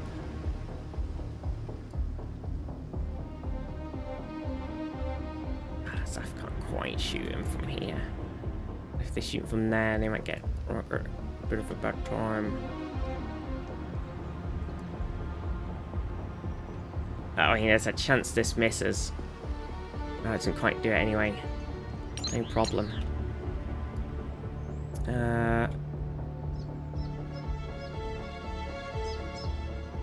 This is very irritating. Oh, we do have Nath with the stun too.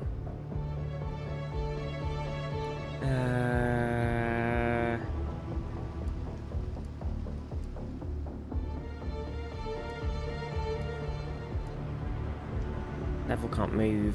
Devil's stuck.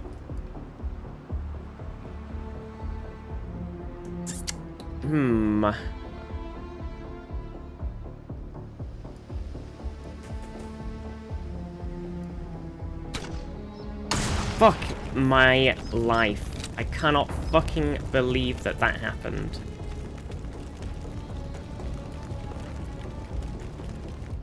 Oh shit. Enemy spotted. Dunny. Dunny. Make it so. Nice. Nice. Okay. How are we doing over here? We need to figure out. We've got 6 turns left to release the civilians. Which is not a lot of turns. I'm gonna run Schmack to here. And we're gonna prepare. Andres can open that next turn. Schmack can move up. Make it so? You're giving the aliens knitting needles now? Yeah, I mean, I think, you know, you've got to, right? How do we shoot this stupid son of a bitch?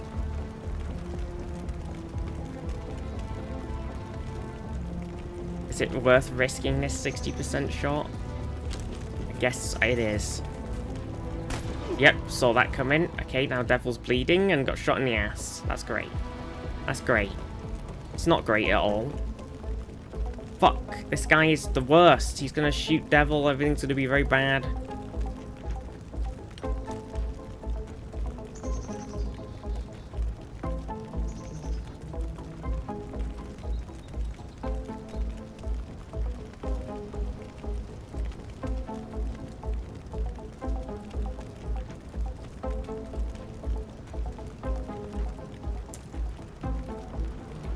Take another shot that's gonna hit Devil. This is so annoying.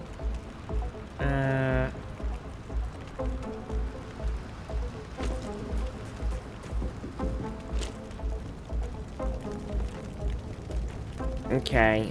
I don't think there's anything left we can do. I think Devil's in a bad way, and I can't help them now, and they may die, which is very bad. Oh, I just wanted to stun this guy. Oh god, Devil bled for 5 damage as well. That's so fucked. Oh, he moved away.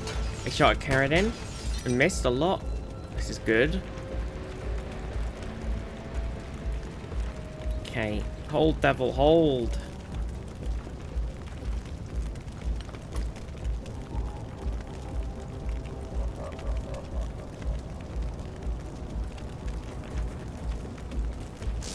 Yes, be healed. Okay.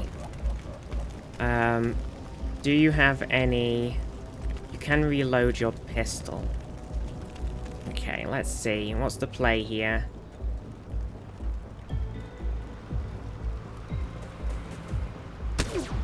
12 stun. 20 stun. Okay, so is that what they're on now? 20 stun. So if we shotgun them in the ass, we could quite potentially kill them straight up. Yeah, okay. Fuck. I just wanted to capture one of them. Shit the bed. Wait, he fell unconscious? Wait, it did say something about falling unconscious. I think he might be down and alive. I think we shot him, he didn't die, and now he's unconscious. Oh my god. Okay, it worked. Okay, right, now we've got to crack on, and there's still definitely an enemy alive somewhere, because that didn't say that we've killed them all. So we've got to bear that in mind. Conscious not dead. We did it. We got one. Okay. So we can get this civilian out of here.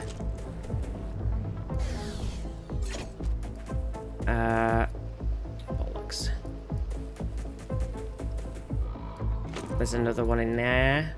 I'm just a bit worried about running in and there being a guy. Okay. No guy. That's good. There's another pod there. There's a pod just here. Definitely an enemy somewhere, though. Get Dunny moving up. We've got Jam.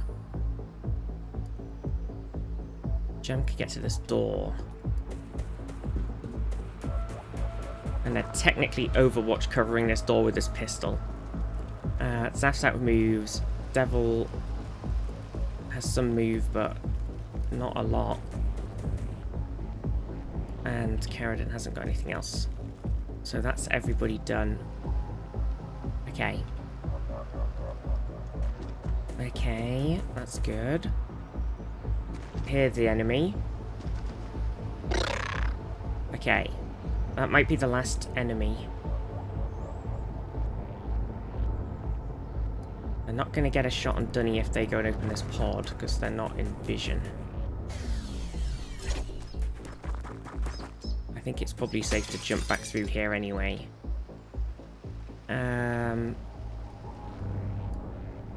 Devil. Pod.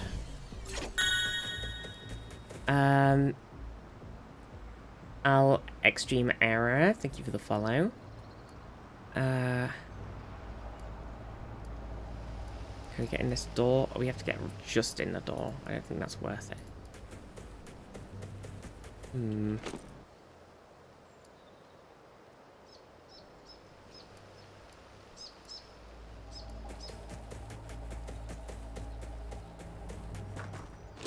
Okay, there's another pod. There's another pod. Wait, so how many? We've got 4 left to release. 1, 2, 3, 4. Okay. Okay. We know that there's an enemy just in his room. I just don't know how easily I can get there. Oh. No, thank you for watching. Right, let's see. I wonder if it's worth just yeeting a grenade in there, but I don't know how easy I can do that. I need 32 points to yeet a grenade, so I don't think there's a position where I can do that. I think it's worth doing, like, I don't know, maybe this.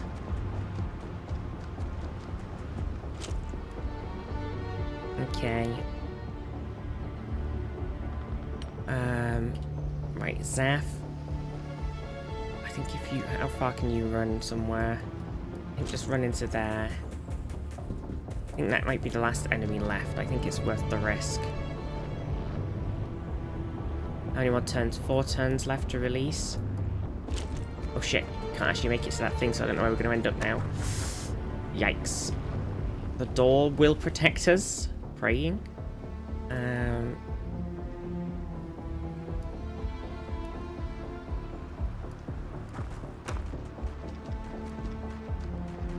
Okay, Dunny's moved, Jam's moved, everybody's moved, so let's end turn. Okay. How's your corpse doing? What do you mean? You're alive. Here they come. Ow. Okay, they hit Schmack. Schmack is bleeding. But I think... So we can hit them with one of the aimed shots. Or we could spend an extra thing. Not as accurate, is it? So 39% times 40% times 3. It's crazy how inaccurate that is. The aim shot's just way better. Missed. Okay, do we want to heal?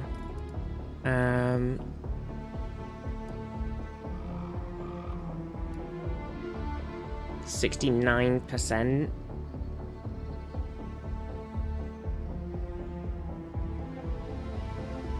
If we don't kill him, which there's no guarantee of killing, it's not good.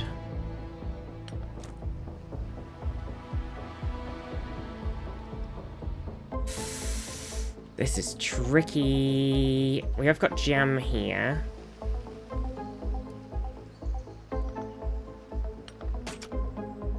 So Jam can technically...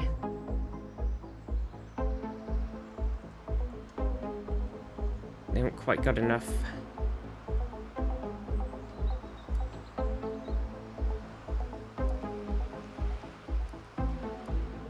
Why is all of... Oh, I see. Wait. We don't quite have enough points. We need one extra movement point. If we don't kill, Schmack is dead anyway. I know, it's pretty bad.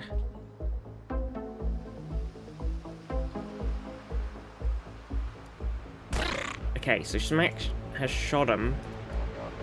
So I guess the question is this 69% shot worth it, or is it better to maybe get into a position like here where we can throw a grenade? 50% from here, 50% from here. So it's less percent than just shooting.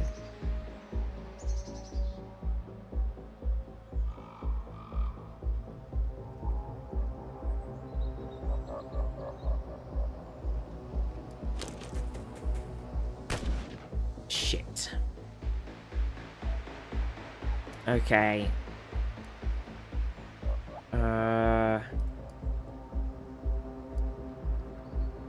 We can't hit them with the grenade though. That's the only...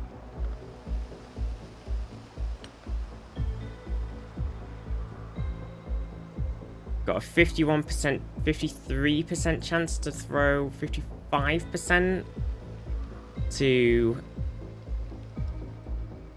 fire a grenade with a poor chance of hitting.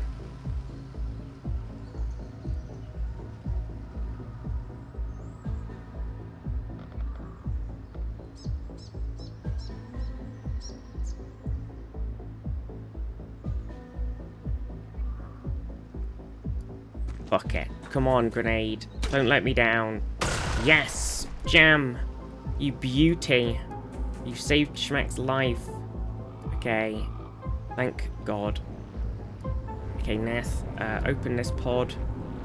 It doesn't say that we have eliminated all of the hostiles, which concerns me.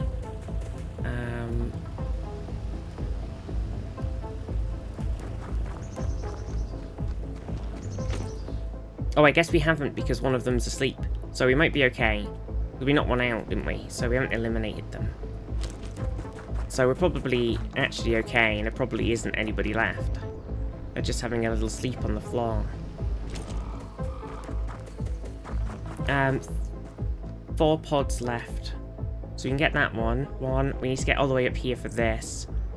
I think Jam might have to try for that one. 3 turns left. 1, 2, 3, 4. I think we can do this. Cacao units wake up in this. I honestly don't remember. Zaf, do you want to head out and just sort of... We're probably actually okay, such reassuring words from the commander. We're probably okay. Listen, we're probably fine. A-okay.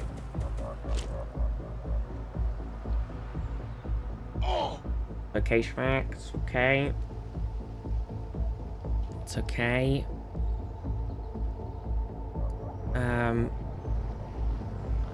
Okay, you do need to heal yourself.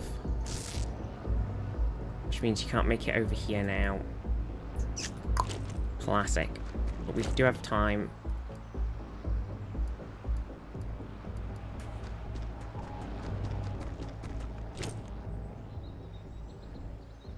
Okay, Dunny. You're not gonna make it to that jam. Okay. There's a random corpse here of a guy. A bit weird.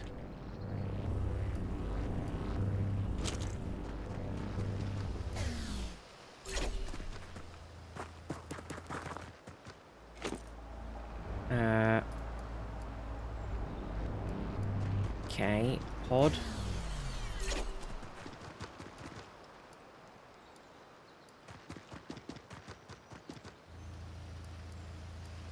Okay.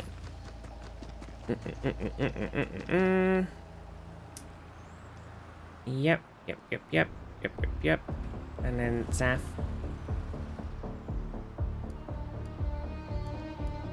Okay.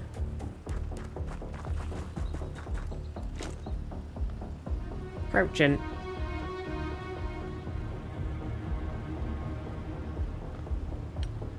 Okay.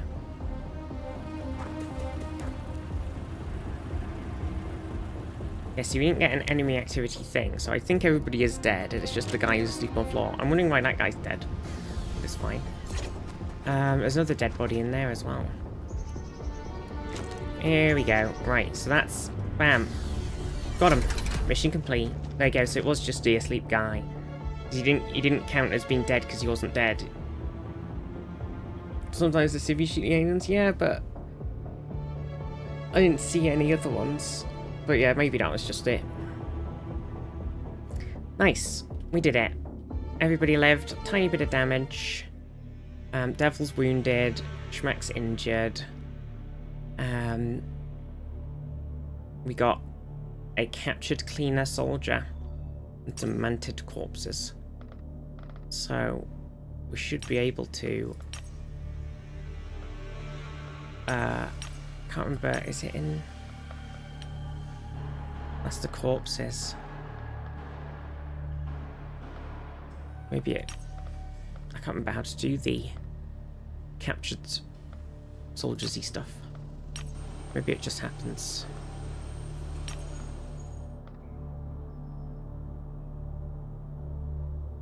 They aren't back yet? Oh, they're not back yet. You're right. They aren't back yet. That'll be why. 150 for that. 150. Now they're back.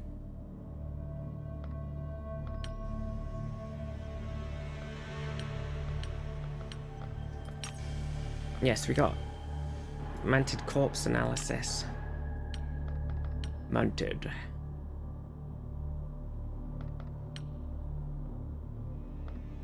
Okay, maybe they'll pop up.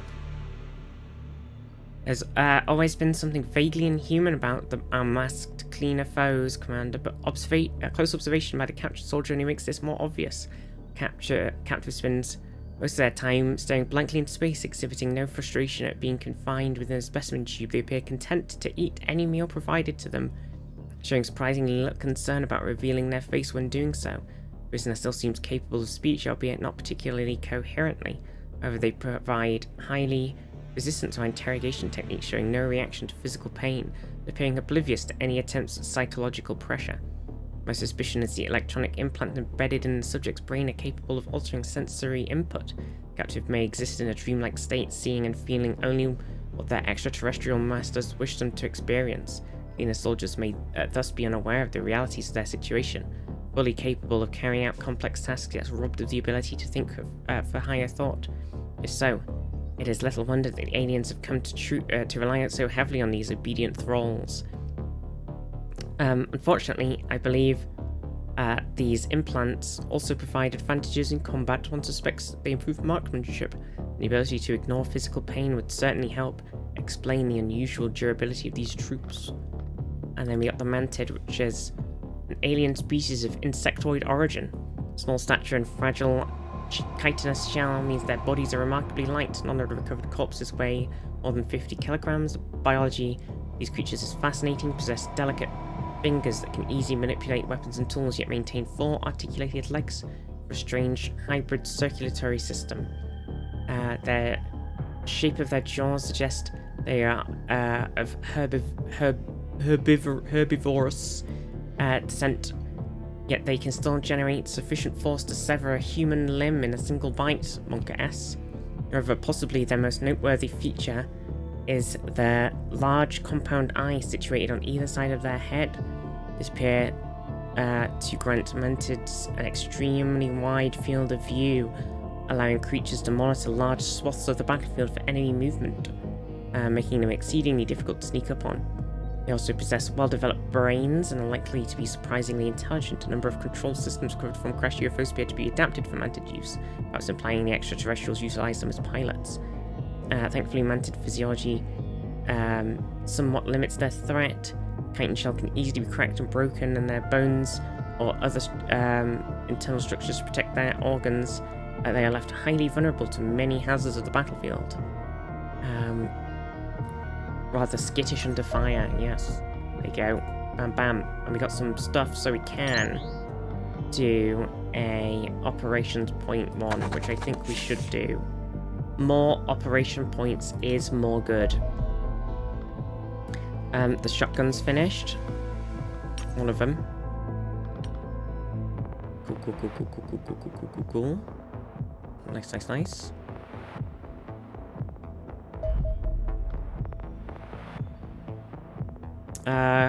Very small, no escort.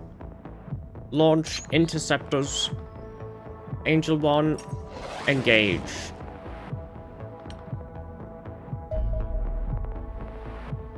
Angel 1, auto-resolve the attack. Bam. Good work, Angel 1. Good work. Ah, there we go. The training facilities are finished. Marvelous. So we could technically build some more stuff. Could be worth building a Miscal battery.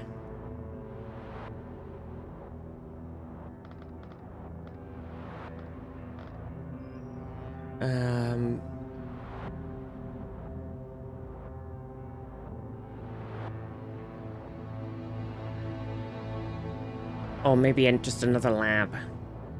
Might be a good idea.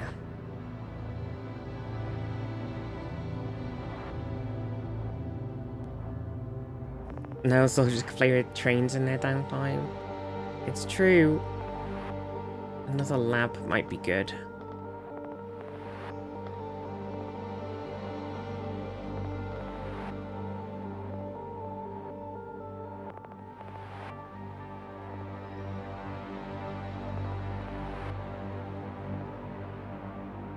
Caps out our power, but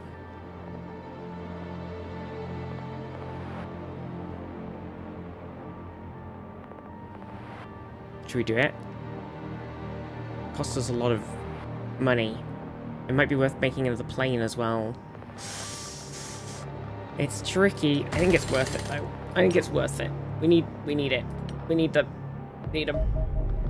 Oh, another very small. It depends how fixed up our lad is. 99%, I think that's doable. Let's make it so. Engage. Interception. Auto-resolve attack. Bam. Job done.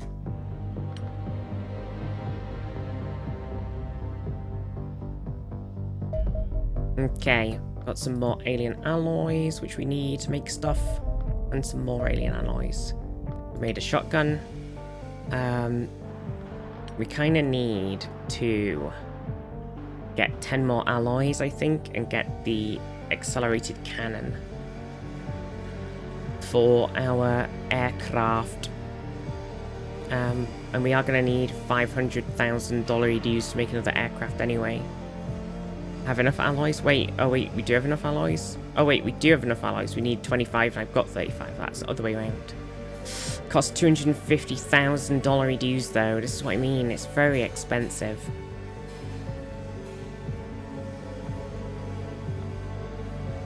We definitely need it. We just don't have a lot of money. Fuck it. Okay. Maybe we need to take one of these money things.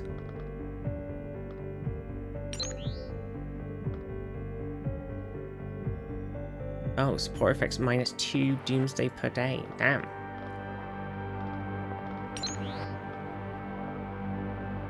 Interesting. How much was it? Oh, a lot. Shit. Never mind. Okay. I don't think these Operation Point stuff was in when we played last time, because we played like an early build, right? Oh, combat armor. Straightforward ways we can use our recovered alien alloys, modifying our existing defender armor to increase protection and reduce weight. Updated design employs an interlocking arrangement of hard metal plates across the torso and shoulders. Although coated in only a small quantity of alloys, they can now easily withstand a close-range shot from any modern assault rifle. Beneath this lies a layer of Kevlar, protecting the area from fragmentation should any penetration occur. Such protection would be impossible without extraterrestrial materials, as plates of hardened steel or ceramic generally used in body armor would need to be so thick the wearer would struggle to move under the weight. Modern armor is therefore the best protective garment we currently have available. It requires only a modest quantity of alien alloys to construct, however it is relatively simplistic concept that will no doubt be superseded once we have sufficient time to fully familiarize ourselves with the remarkable properties of alien materials. This design is thus somewhat of a stopgap. It will help keep your soldiers alive while we develop superior armor that we can utilize the capabilities of alien alloys, but you must consider carefully how much of a stockpile of previous alien materials should be used for this purpose. Indeed. Indeed. Do we want to do aerial warfare, air-to-air weapons, or combat vehicles? Let's do combat vehicles first. Okay, so we've got armor, warden armor, 6 alien alloys. We can make 1. I'll put it on the list. Okay.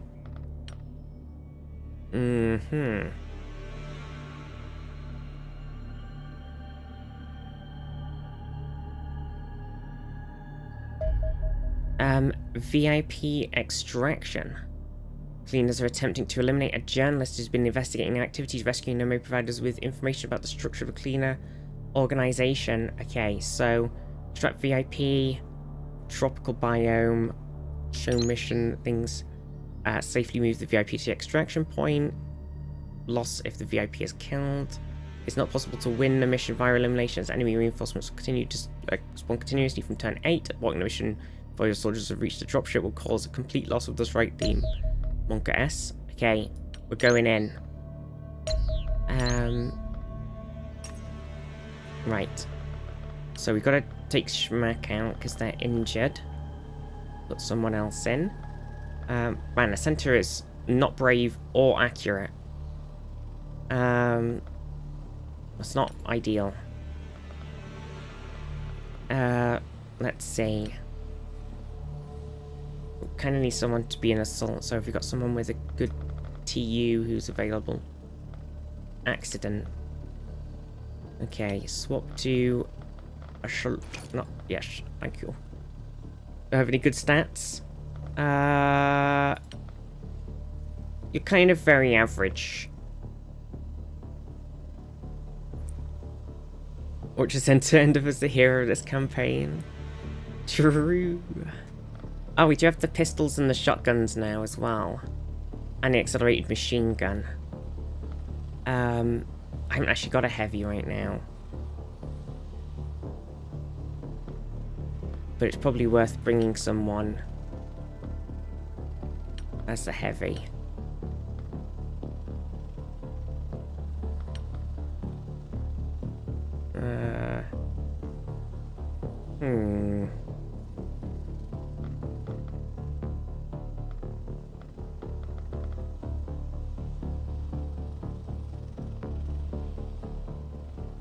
Jack of all trades? Yeah, I think so. Damn, Ben's got no TU. I think I'll make Nath a heavy right now and give them the new gun. And then we'll give Carradine the new pistol, because I don't think there's any point in bringing the stun stuff on this, because we are saving someone's life, so we don't need it. Kirsten, how are you? Okay. Jam. With the grenadier things. Grenadier. Andres. Yes. Excellent. Okay, so you've got stun baton as your secondary, but it might be better just to bring a pistol and then bring, honestly, bringing a tactical module for your accuracy wouldn't be the worst. Maybe even bringing a rebreather wouldn't be a terrible idea, just from like a... You've got so much, like... You can hold so much stuff. Give you the big shotty? Oh shit. I forgot about it. Get that big shotgun. Fucking blow some people away. Okay. You can bring... own grenades. Ben is fully kitted, and Denny has got the stuff too. Okay, I feel like we're good to roll. Okay, so we've got to extract somebody.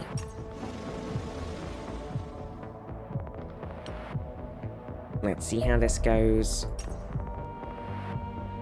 So we gotta extract the VIP.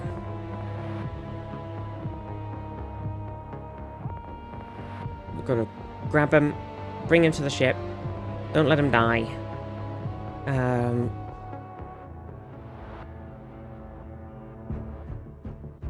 Profit? Question mark.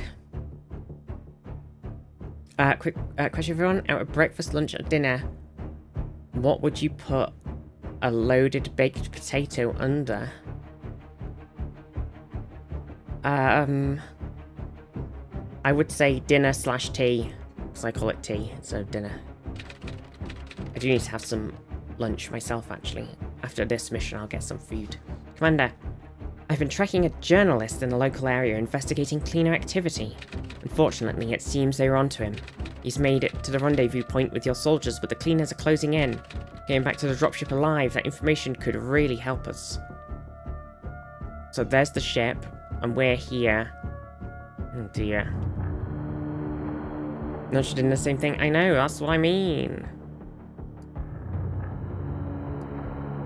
Okay, there's a guy, instantly.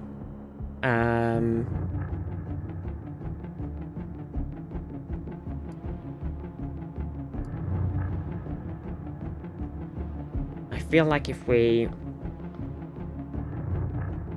grenade these boxes from here. Oh, we can shoot them from here, where we are, which might be...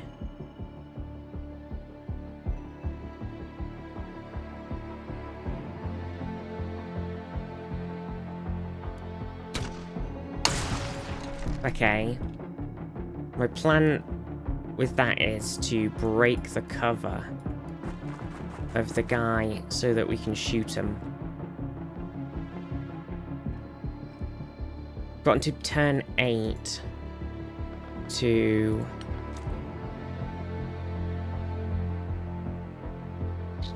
Can't throw grenades that far. We were to shoot the box. Can't shoot that box from there. We need to be here.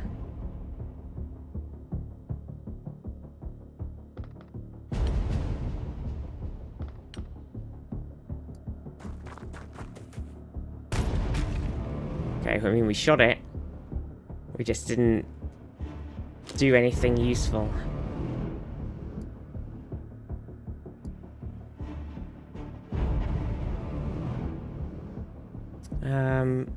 Damn. Where's the ship? It's up here. I wonder if it's actually worth going this way. I started doing that, and now I'm wondering if it's actually worth going the other direction.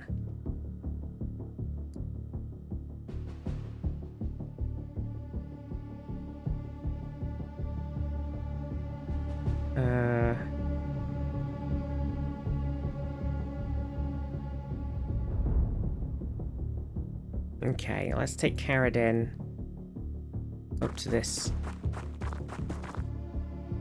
There's an enemy miles away.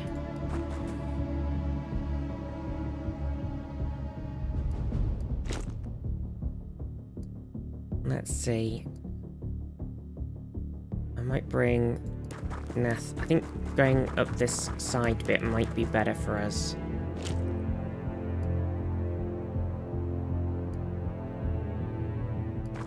Excellent goes in this little corner and then just tucks in.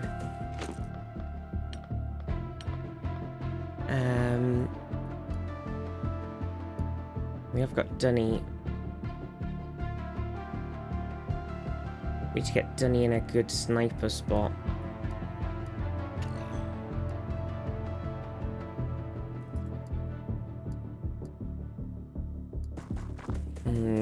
Tricky.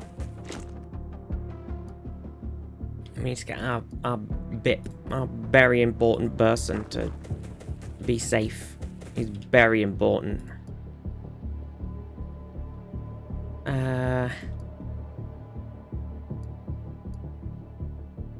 Ben hasn't got a lot of movement.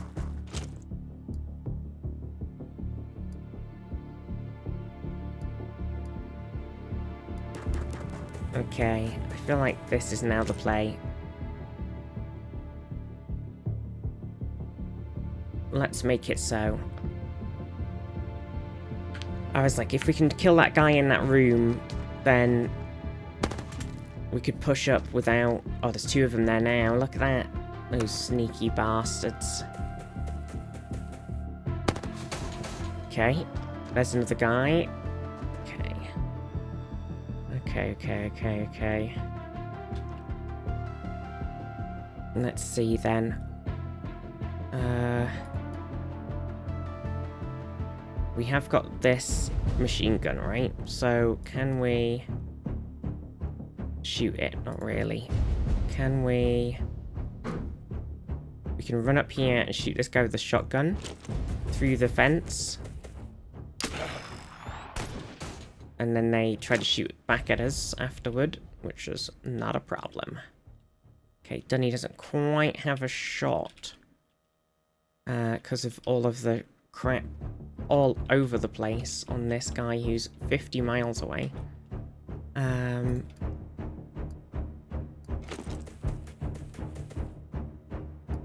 Okay, they can get through there. Interesting. Can we cross this water? We can't. We have to go across the bridge. Spicy. Oh, there's another Emily. I found another Emily.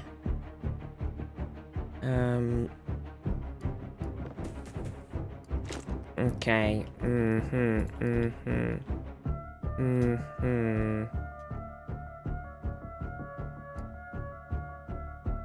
We can hit this guy with a grenade.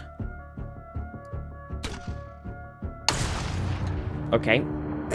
That was not an accurate grenade.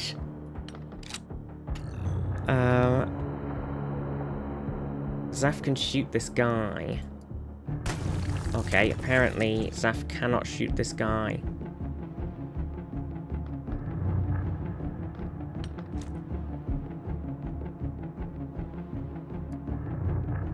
Grenade! Oh shit. Okay, there's a guy moving to flankers as well now. Shit the bed. Where'd this guy come from? Oh, crap. Dunny. Shoot him. Nice. Nice. Okay, Neth, I think you're just gonna need to move up to there and then crouch and then get ready to do something next turn. Just try and do a little bit of matrix dodging. Don't get shot, you know. Dunny, you move up slightly. Andres, I guess just also do a little tiny move up. Okay, unfortunately, Zaf and Jam are kind of stuck in this place now, but hopefully it'll be okay. Oh, and now a Civilian. I think that Mr. Civilian can probably go here. Oh shit. Shit. Shit. Shit. I didn't look at the movement, Mr. Civilian. This is bad news.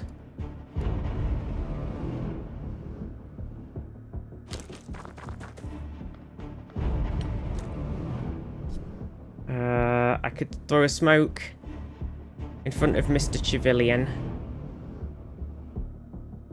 If I throw a smoke here.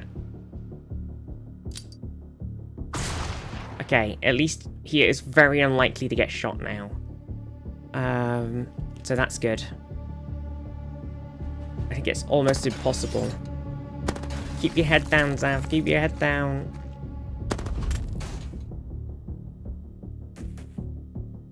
Oh, so many of them. Shit. Accident got shot and is bleeding. Oh my god, and they're very low on health. Okay. So Andres has got to get to them and heal them, which means we need to get them somewhere where Accidents had an accident. They can be healed safely. They can run through the smoke, no problem. Oh my god, why can't we heal them? Why are we so bad? Oh, it's because this guy's in the way, maybe? Mr. Civilian's now in the way.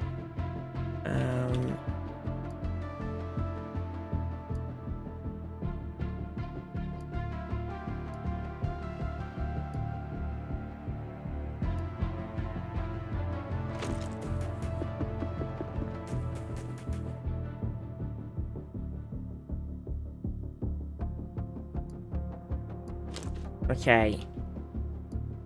Oh, shit, the bed. If we run around them, we move them.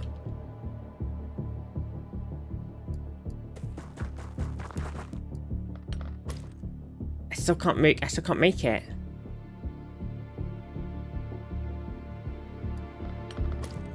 Oh my god. Oh dear. And they've got 8 health.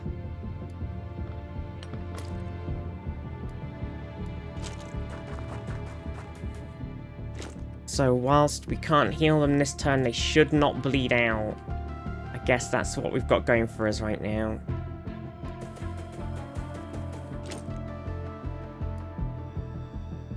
Unfortunately, I guess these two are kind of stuck here still. So we've got the old... Oh, we're holding the pistol. Okay, so we could fire over here.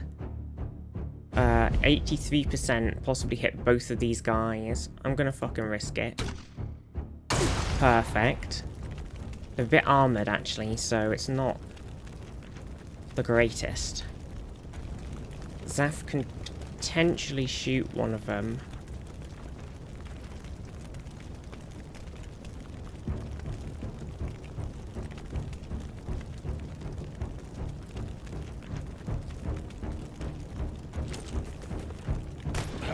Okay. We can't shoot the second guy.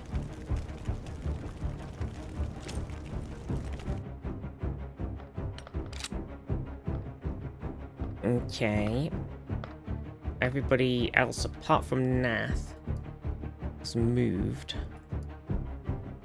God, Nath can't. Okay, if we're here and we take a shot, we've got 10 times 19% chance to hit. That seems reasonable. Oops, we did kill him, but we did tap Carradin's shield, which obviously isn't great. But we didn't hit Carradine. So that's something. And then Dunny, guess, where can you move to right now? Just go behind this tree with the old Civilian. Mr. Civilian. Okay, we do need to kind of get moving. Oh. Oh. Oh. Okay, I appreciate the attempt at the Overwatch. There was an attempt. Okay, Zeph can absolutely obliterate this guy. Okay, so they're now dead.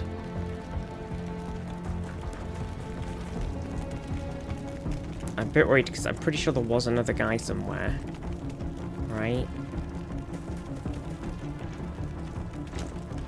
Okay, well, Zeph and Gem can sort of run up there now, I think. And we can run up here now.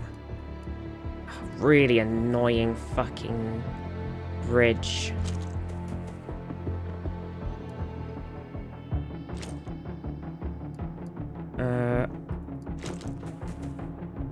Aha, there's a guy. Okay. Oh my god. Okay. You're healed. Accident, you're healed. Okay, just try and not take any more damage, please. If possible. Don't die.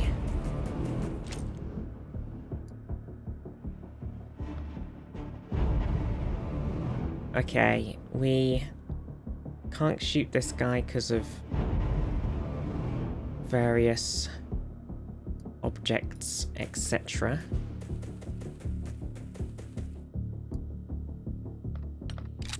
Can do a shit pistol shot on him, but I don't think it's worth it. Dunny, can't unfortunately move you up into anywhere useful, to be honest. Still there, shotgun. We got an upgraded shotgun. Okay, Mr. Civilian. I think you can run to here and you'll be okay. And then, Andres, do you want to... I'm not sure where you can go. I don't really want you to run into the smoke.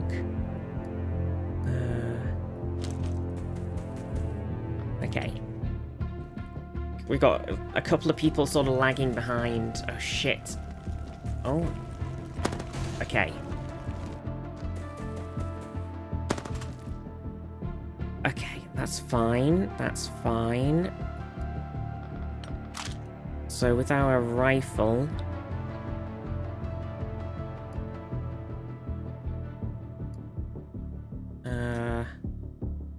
what can we do? Not a lot of places to shoot from.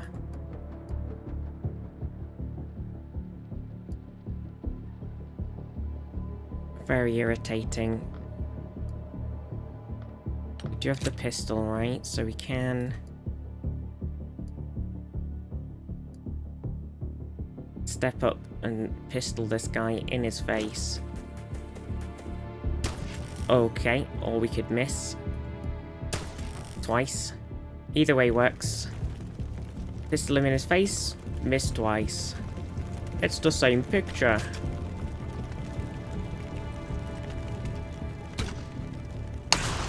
Right, fuck that guy in particular. Zeph. Nice. Right, can you take cover now, Zeph? At least out of line of sight of that other prick. Here should be good enough. Jam. Move up. Dunny. Start flanking him, I guess. Obviously we can't make the shot. Can't make a pistol shot right now either. We've got Ben. Apparently from right here, we have got a kind of bad shot. I'm the bad shot.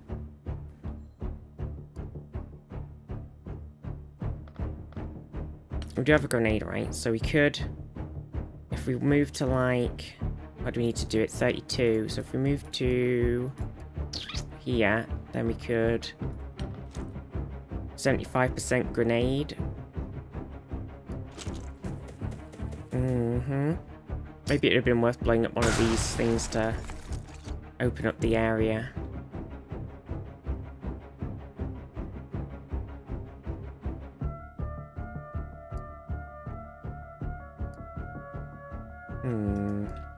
Is that it for, who else do we have? Got Andres, who's very far back. Civilian. And Accident, who is kind of injured, so I don't really want to push him up on this.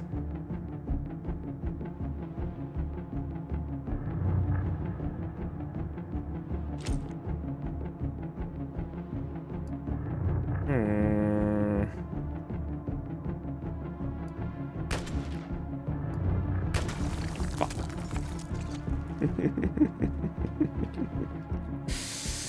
Ugh. Okay. Mr. Civilian, honestly, maybe just duck in here. This might be for the best. I think we can't do anything else. This guy's alive. He's on 5 health. What an annoying bastard. What's he gonna do? He's gonna try and shoot at Nath, who will take damage and is now bleeding. Very irritating. Carradine has killed that guy. Problem solved. Okay, so we need to push up.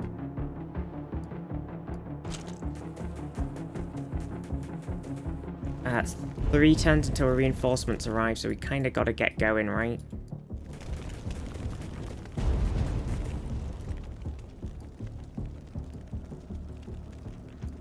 Zeph, get going. Jam.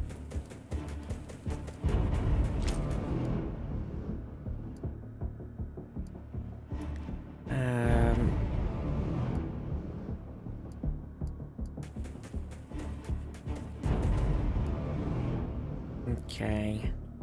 Do you think there's going to be any more enemies in this, like, crazy jungly corridor bit? I think they would have pushed up by now.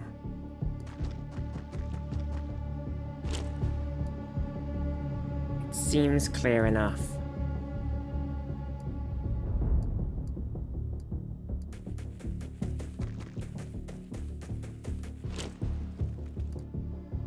Ben and Andres are quite far back. This is not good. I mean, they're kind of about level with everybody else now. Okay. Next turn. Oh yeah, Nath's bleeding. I need to fix that. Shit, I forgot. I was too busy pushing. It's a new big Xenonauts. Oh my god, that'd be the worst. Okay. Nath. It's tricky, right? None of my people who can heal are close enough right now.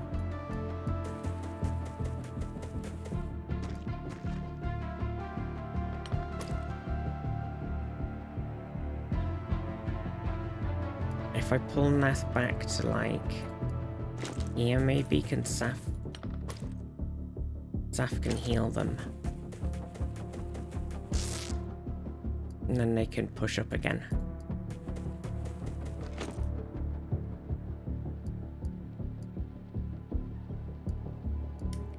Oh, Andres, your movement is not the greatest. Mr. Civilian.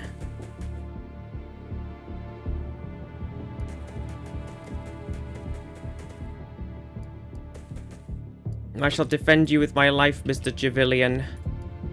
And by me, I mean Carradine shall defend you with their life.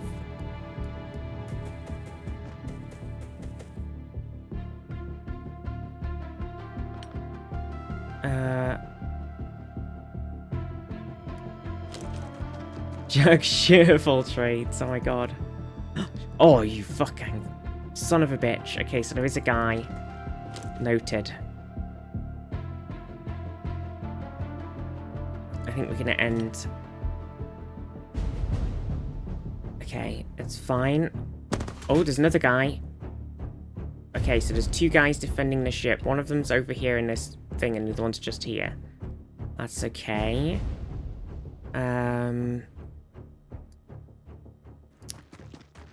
That's okay.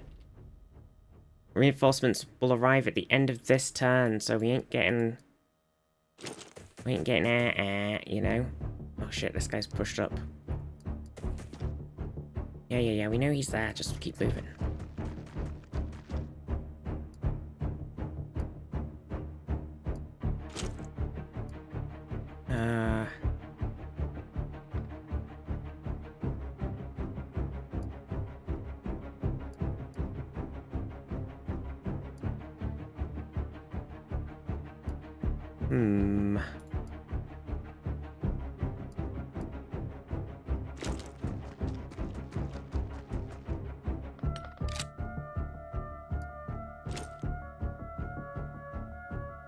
How far can Mr. Civilian get?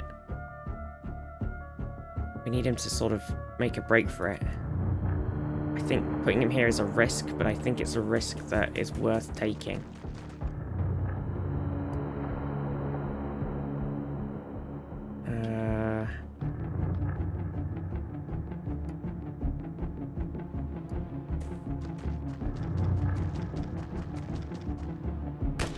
Oh shit! What a fucking bitch.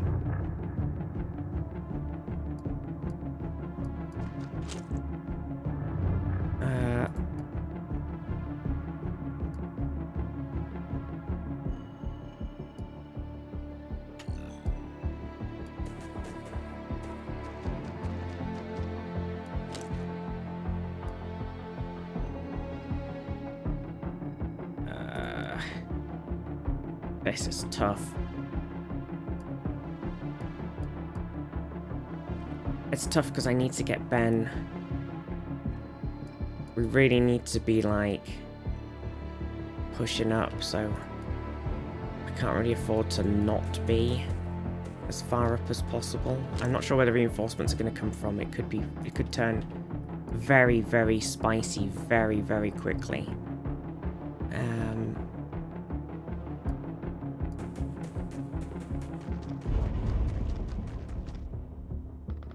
Right, Payland does have movement, right?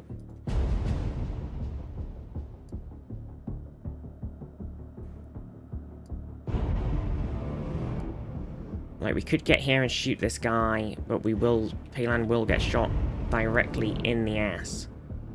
Which we do not want.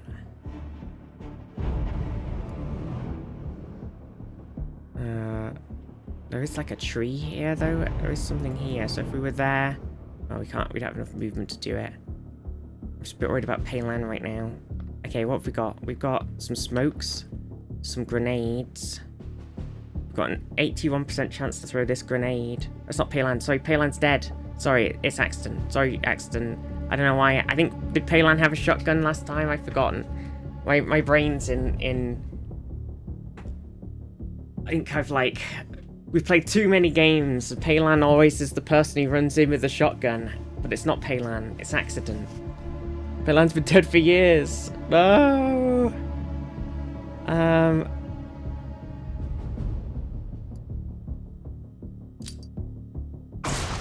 Okay.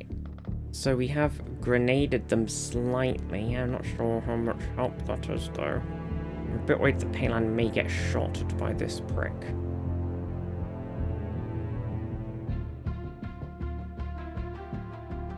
Sorry, not Payland. Accident. Fuck's sake, I keep doing it. I can't help it. Oh shit, there's another guy. Oh! No! My god, they did actually walk around and shoot them. Oh shit, here come the reinforcements. Okay, they are kind of far back. Okay. Let's see. Okay, no, those guys aren't as far back. Nope, they're like right behind us. Okay, that's as bad. Okay, who went down? Jam. Low. Jam. Oh, shit.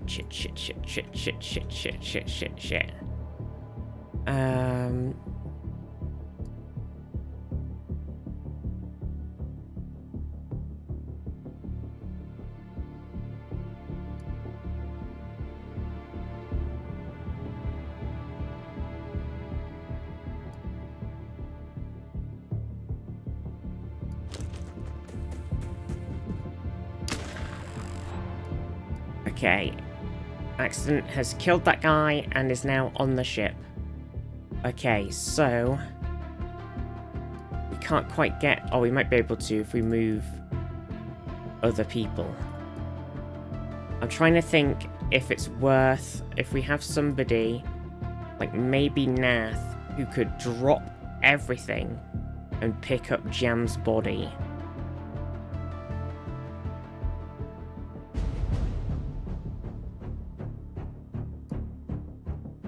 Would that be doable?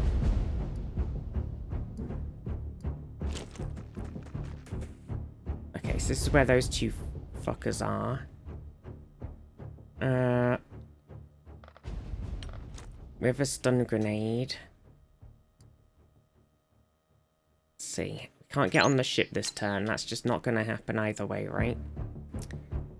So... it would be better to smoke those guys, but we'd need somebody with a smoke who could do it.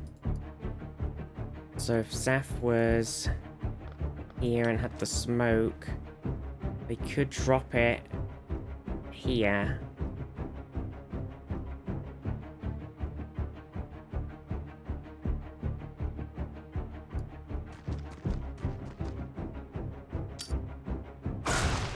Okay. And then... oh, unfortunately, it doesn't really apply to the water in between, which was my plan.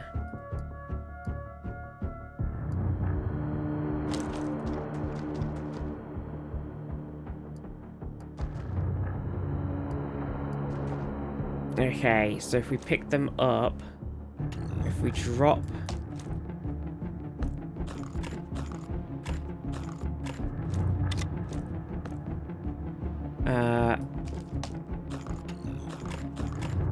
we don't want to drop the gun, obviously.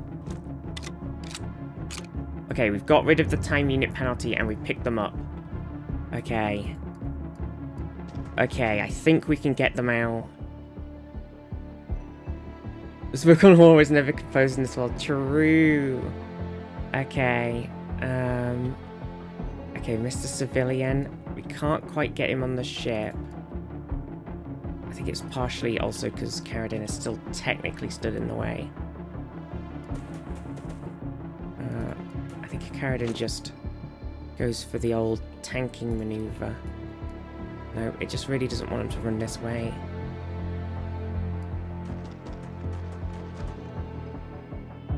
Okay, 20 to get on their next turn, so I think they can do that, right?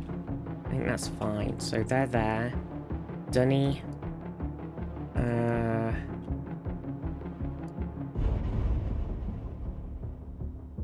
I don't know, just go here, I guess. Okay, it's Ben and Andres that are the problem now. So Ben's got 42 movement. To get on this ship, they need 22. I went there.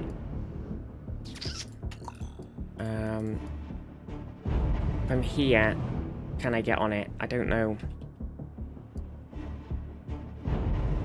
42, and they need an... okay, so if we go here, you can do it next turn. And Andres, you need an extra 14. So if you do this, that would need... so you'd need 24, so you should be able to do it next turn too.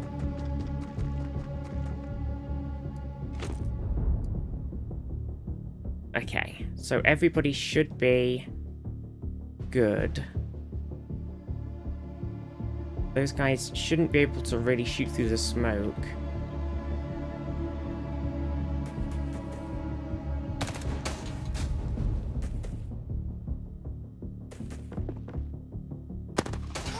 Oh, okay, Carradin's shield's gone and they took a shot. Okay, right. So everybody hopefully should be able to get on. Okay, Mr. Civilian is on. Dunny can get on. Carradin can get on. Ben can get on. Zaf can get on. Nath can get on.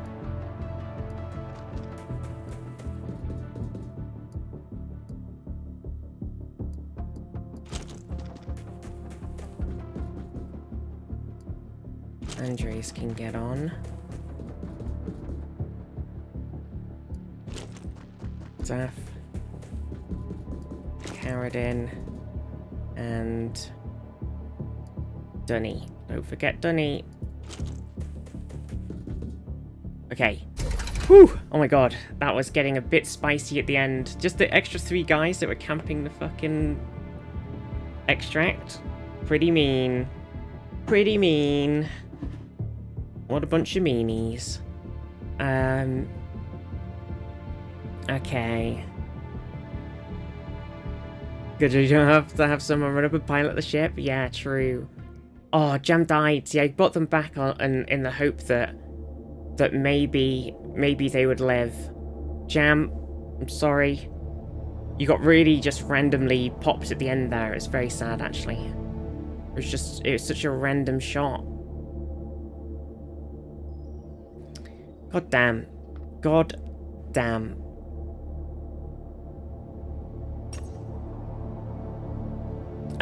Right.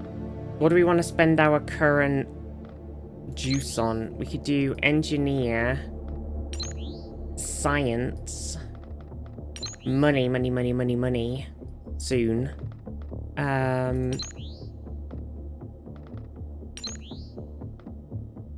-1 doomsday per day. Or we could counter one of their ones, so we could counter the engineer.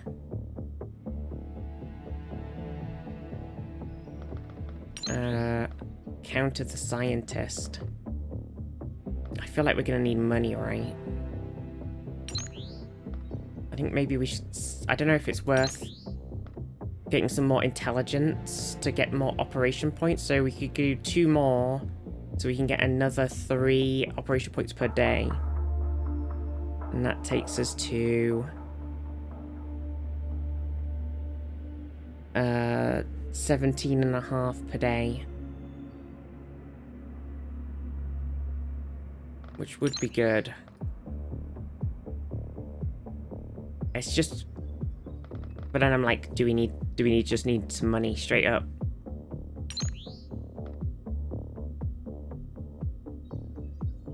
Need to make some lunch too. Okay, everybody's back.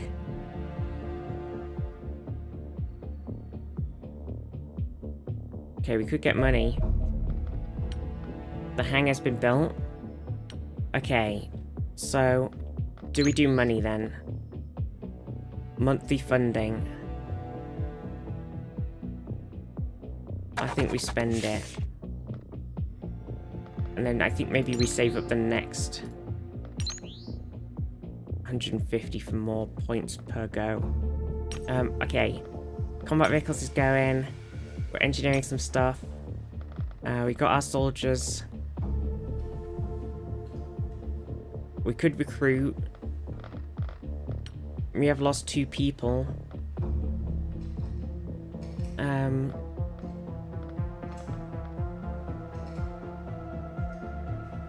This person's very strong. This person's got kind of good stats. I'm gonna grab 1 good stat person. Accuracy and strength and HP.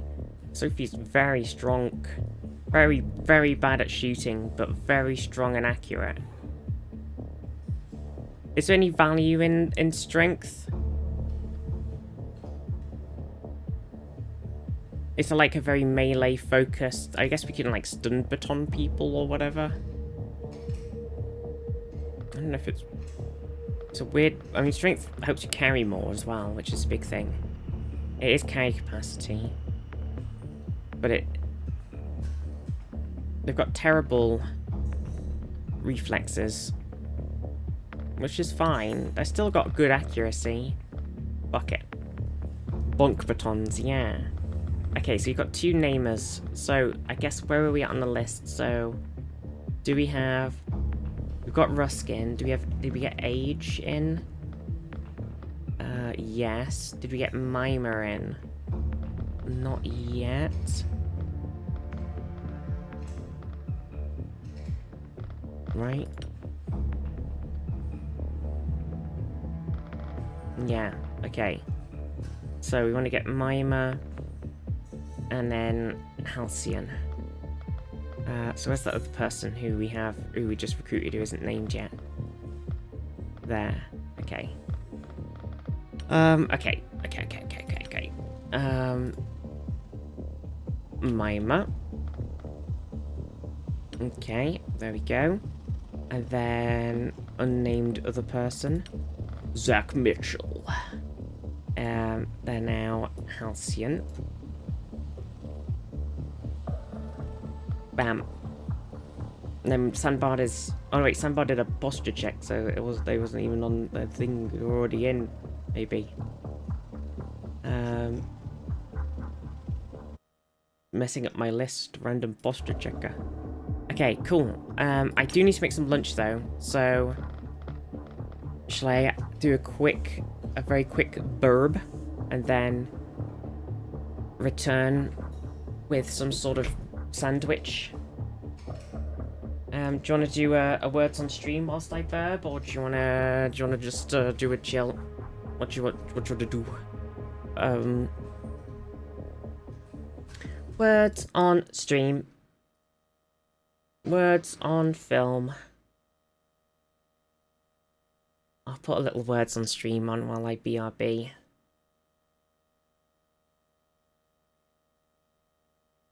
Boop beep boopy doopy doops.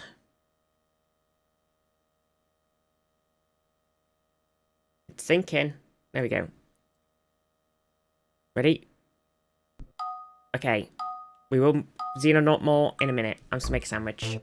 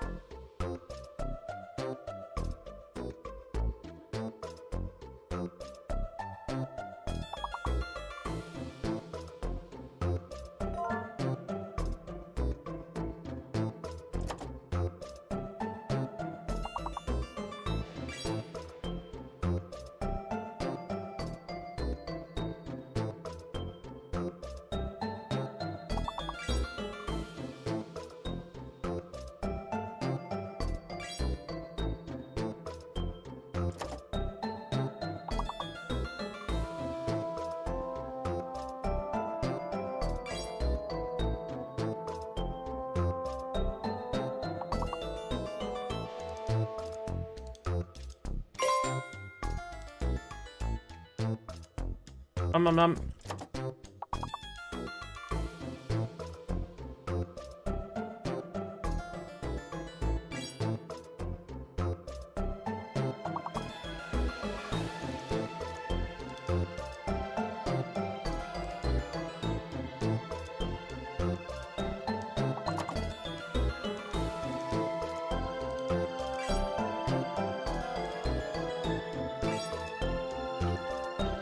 Are we winning? Are we winning?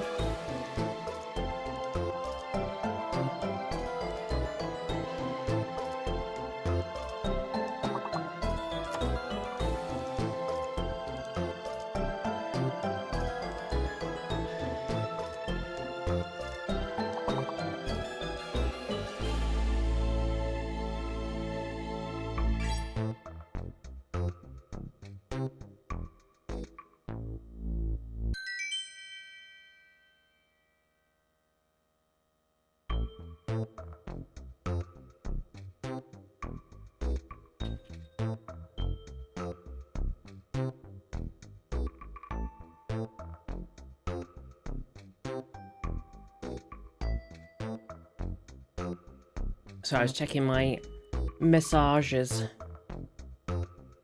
My sister just told me she's got some BTS tickets.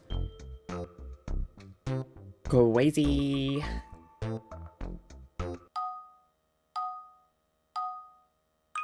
Crazy. Okay. I'm just gonna nom and then we'll do some more. Oops.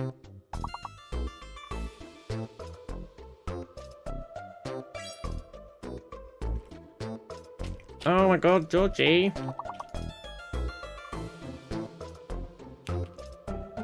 Lovely scone.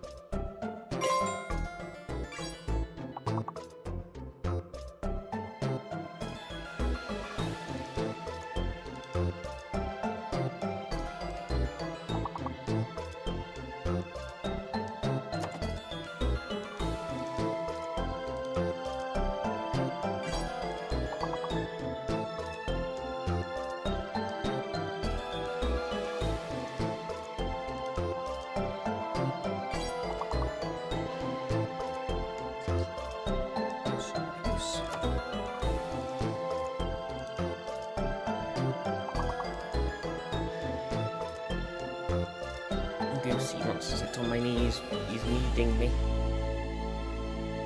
Oh, good work there. I couldn't think of a single word for that. That was too difficult.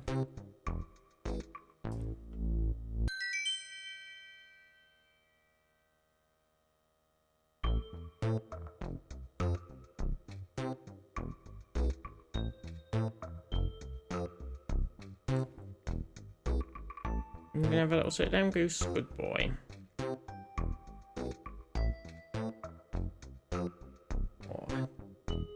kind of taking up a lot of space. I don't know, I'm going to play the game now.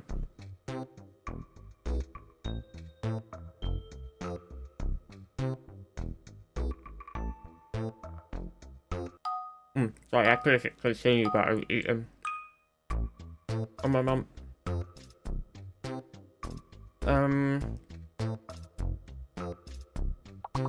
Oh. Oh, damn it.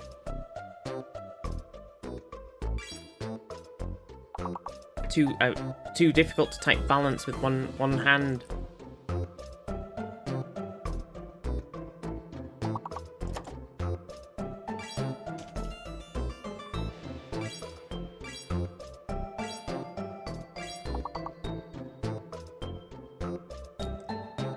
Oh.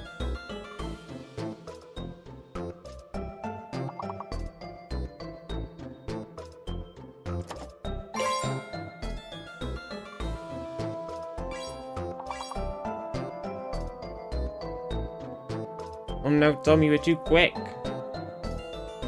There we go, Goosey, sorry. I moved you up a bit.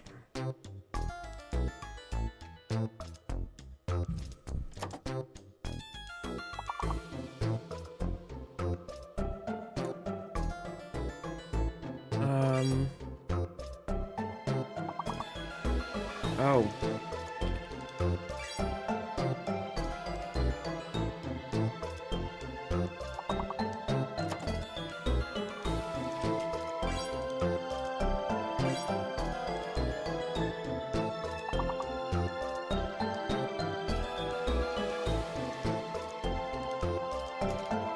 What about a lab?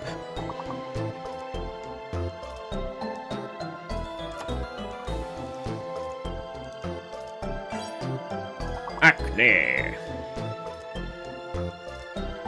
We can do it, team. We can do it. We can do it. Quick. No.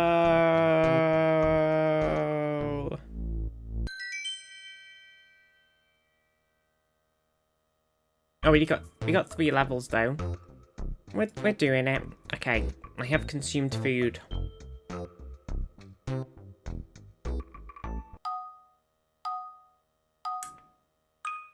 Let us play this until our inevitable death. Okay, there is a Z here, but it's also a fake letter, so don't believe everything you see. Viz consume. We are the Borg. Okay, I'm gonna guess the Z is the fake then.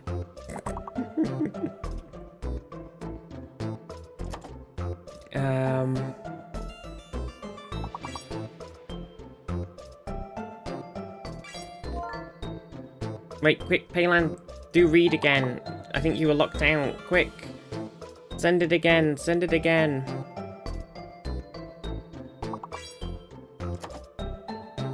Oh wait, yeah, the Z's fake. I nearly tried to use it.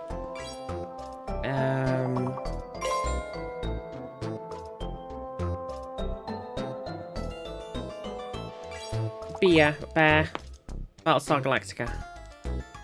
I forgot about Beats.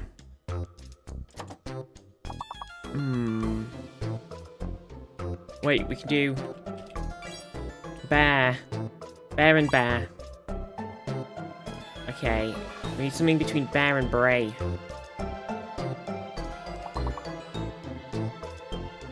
Brad? Is it just Brad? Brad. Oh yeah, Bard. This is Dogging Stars again. I know. Okay, we need just anything between Bray and Dare.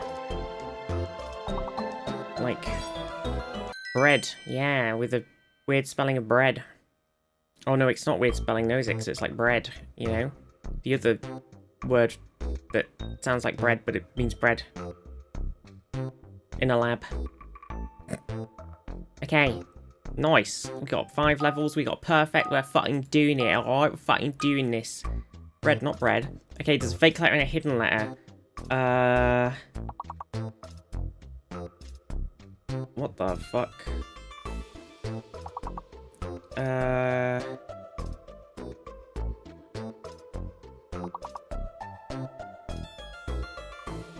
Okay. The L, O, A, and M are real. Okay, and the I is real, and the N is real. So it's probably the Q that's a fake.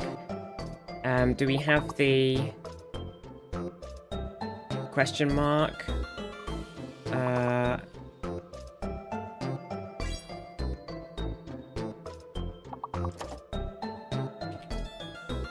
Not yet.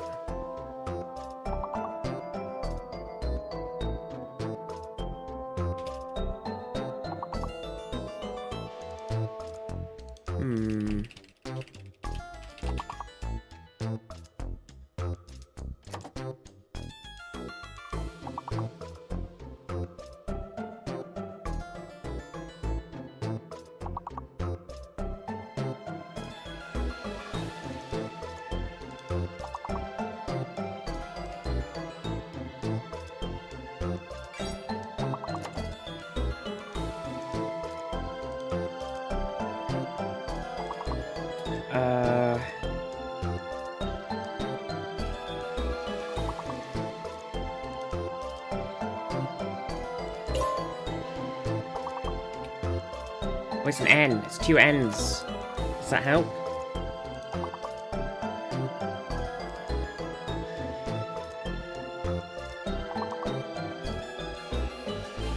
Nope, we're dead. Damn.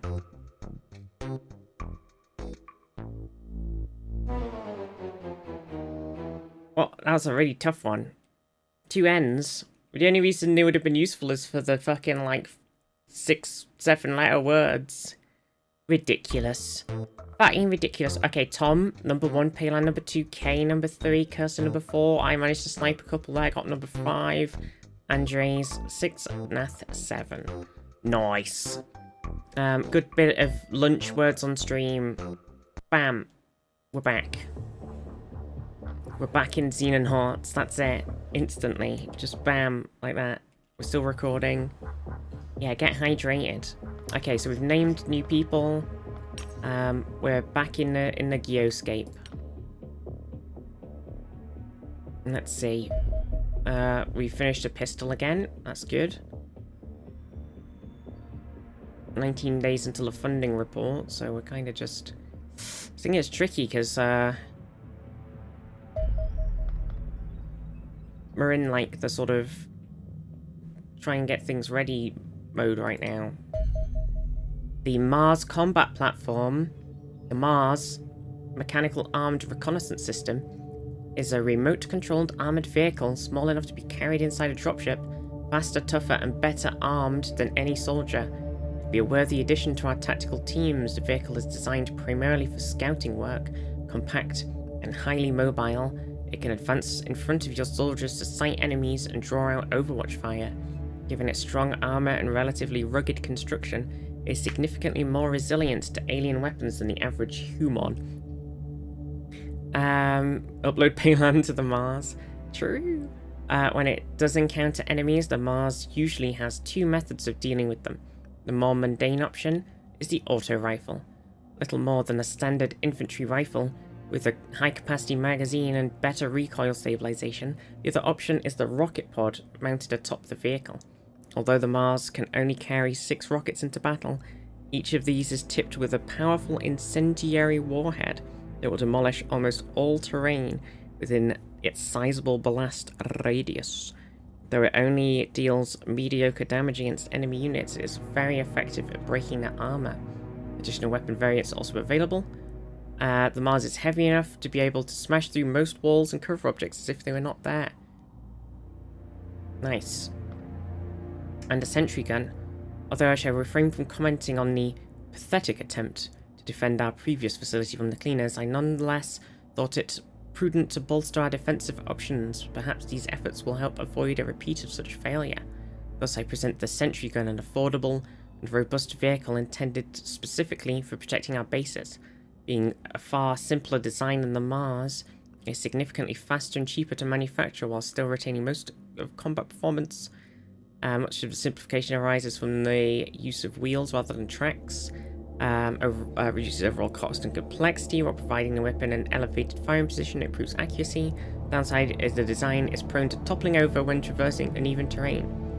Therefore unsuitable for general combat use and should only be deployed on flat concrete floors of our facilities. This makes Sentry Gun a specialized tool, though perhaps unnecessary in most situations. These inexpensive vehicles are nonetheless a highly effective way to bolster the defensive garrison of our base. Perfect.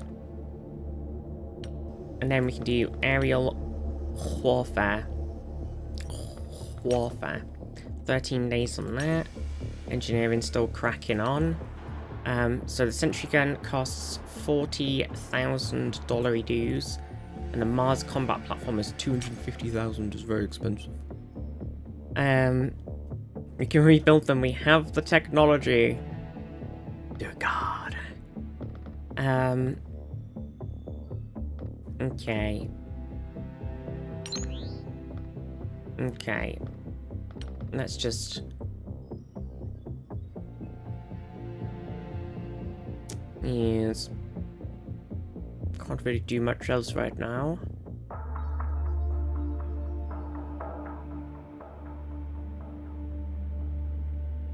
Goosey's just done a very smelly fart. It's lovely. It's not horrible or anything. Not real stinky. Go, plane, go! Oh, it's a UFO scout. It's different. Auto resolve. We did win. We took a lot more damage.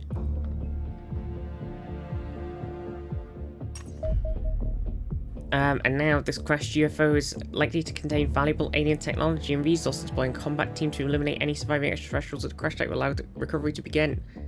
Okay. Let us do it. Or we can collect a bounty and get 100,000. Eliminate all hostile units. Eliminate all hostile units within the UFO and hold it for 3 turns.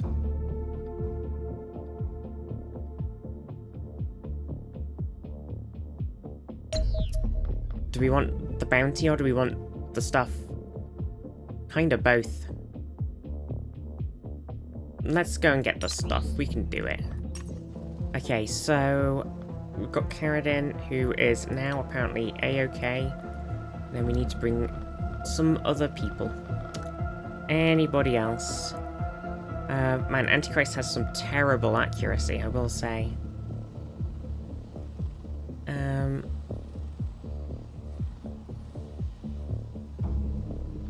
Okay, let's bring Age. We need to swap out Nath.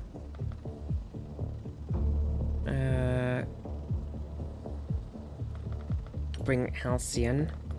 And then we need just someone else. Gotta do the mission, I say, safely from the medical wing. Good luck, team. You got this. Okay. Let's see then. Right, so we've got a shieldman and a snipperman. And then we kind of need a bit of everything else. Zaf right now is a... They have a lot of time units, right? So... It could be worth swapping Zaf to, like, a heavy or something. Because then... You...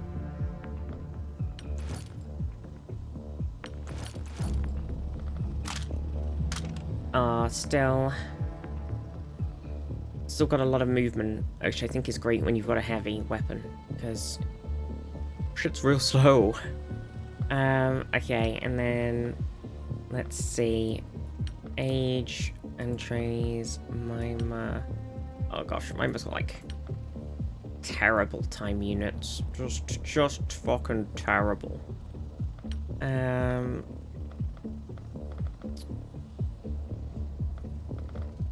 God, it's tough.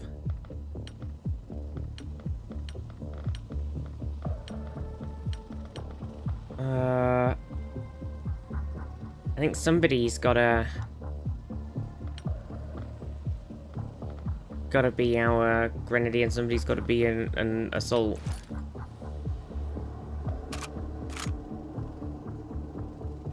Okay.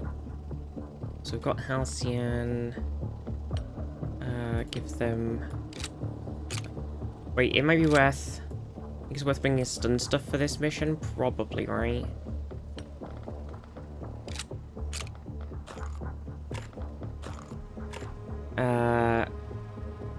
How's your accuracy? Maybe instead of the demo charge, bring the accuracy boy. Is that a C4? Yeah. Where's the accuracy boy? Wait, do we not have an accuracy boy? Modules. Oh, yeah. Okay. Okay.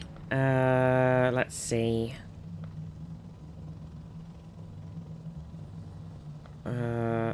Mima's quite accurate, so I might give Mima the recently acquired new rifle of awesomeness. And then I'll give you an flashbang. What's that? And then... Okay, we're gonna need more stun stuff, right? So... Do we do the thing where we bring stun stuff on Carradine? I don't know how we managed to fit it in last time. Age is carrying too much stuff.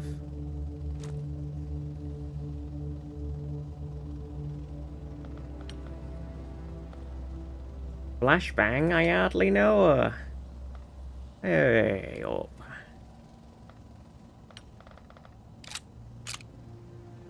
If we bring the stun gun, that's all we have, right?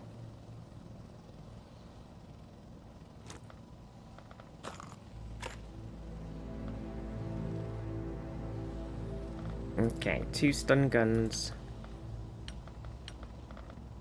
Let me see if somebody... A pistol. Who's going to make the most use out of a pistol? Maybe Zaf?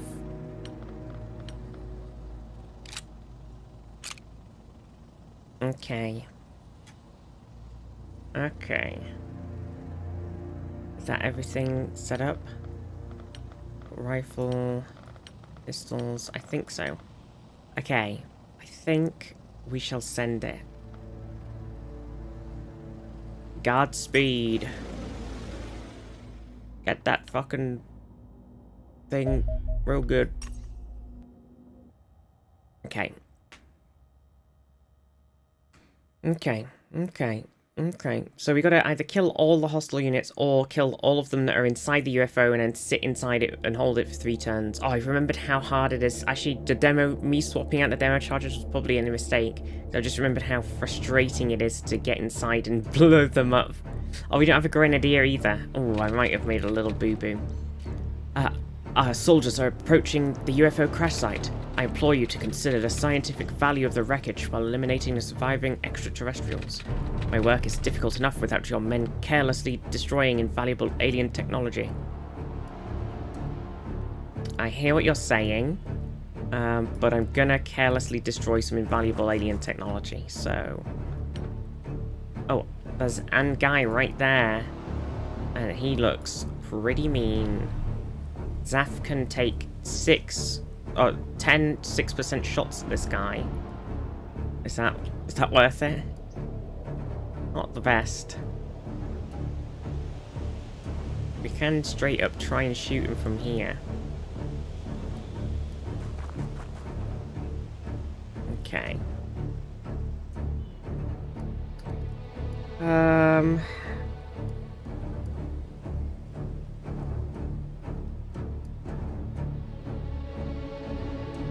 I think let's do it. It broke the barrier and suppressed them, so I think it was worth it.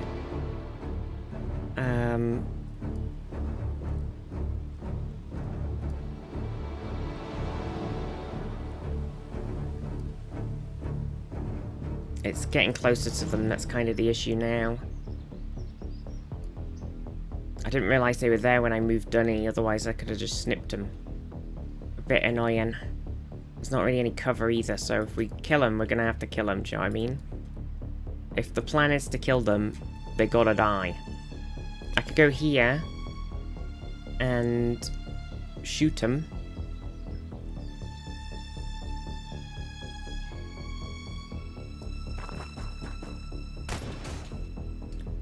Classic terrible shottage.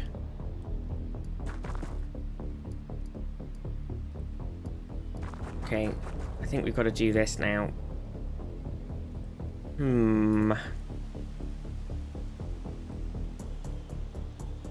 They are suppressed, right? So...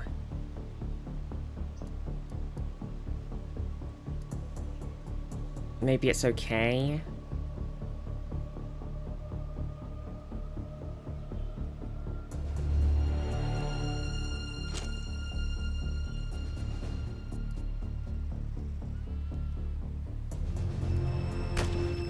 Yo, huge shot from Andres there. I was not expecting that to hit. I just thought I'd take a YOLO shot because we were kind of safe inside of the van. Very nice. Perfect. Okay. What do we want to do otherwise?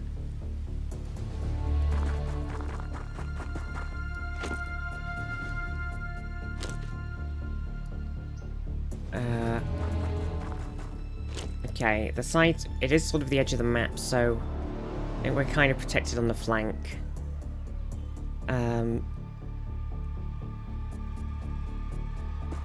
There's and flank boy. Oh, it's a civilian. Oh wait, these are civilians, so that's okay. Enemy! Well, that civilian got hit. We do want to try and stun if we can.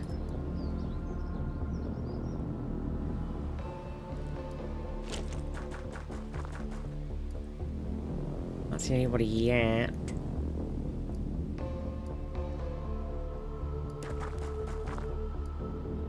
Double check the flank. Okay. Dunny can get behind his car, which might be okay. Gets us a good view of this corridor. Where's this dude? Okay.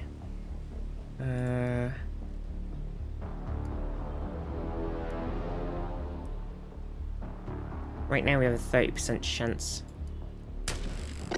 Good. Okay, we've hit him. So if we can get a bit of a stun on him now, that would be pretty good.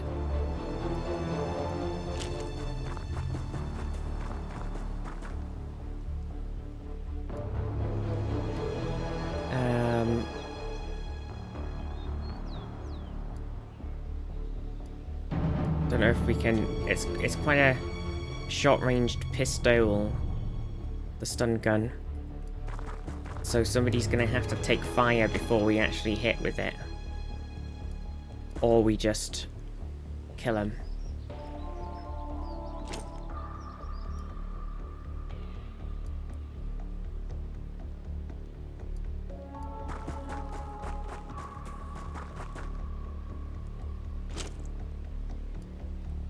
I'll have Halcyon check this, just in case. Yep, we're all good. You never know with these aliens. They're cheeky bastards. Could have been flanking us the whole time, those cheeky bastards. We could take another shot with Mimer, though. I mean, it'd kill them if it hit. That's the only thing. I'm kind of like, if we could stun them, that'd be pretty cool.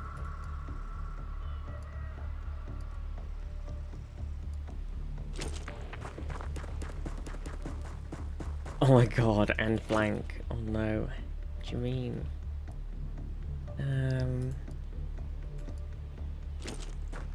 True. Right, okay, let's end turn.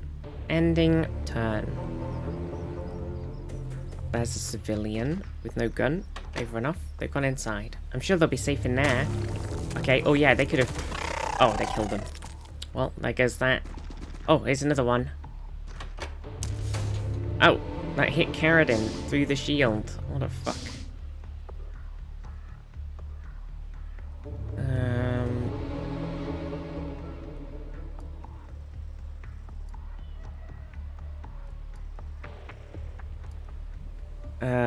Okay. Not got good shots, have we, with this fucking snappy snap gun? Actually, it didn't. It just dropped a little dude in front of us. What the fuck? Hello? You see this guy? He's a little crab. There's a little crabulon on the floor. What the fuck? Hello? Mr. Crabulon?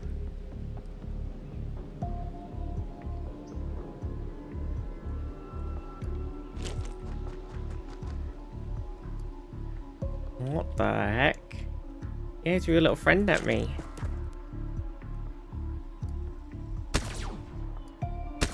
What the fuck? Come on! Andres. Oh, come on. For fuck's sake. Turns out the little crab friend is really fucking hard to shoot.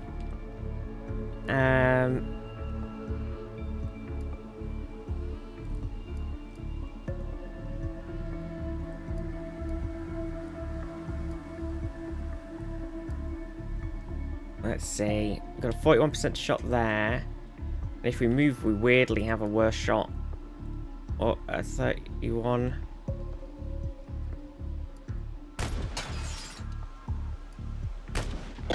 Okay, that hit him. See, if we still had the stun gun shot. Okay, fuck.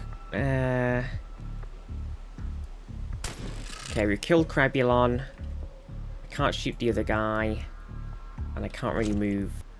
That's fine. Okay, do we want to check this section?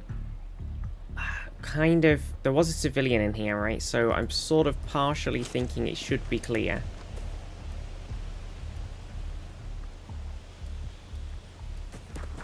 Yeah, civilian. Okay. Let's see. Dunny, do you want to get in this little spot here? Because that's like a great little corridor for you to pew down. And I'll get Ben up here with you for a little bit of support. You know, a little bit of support.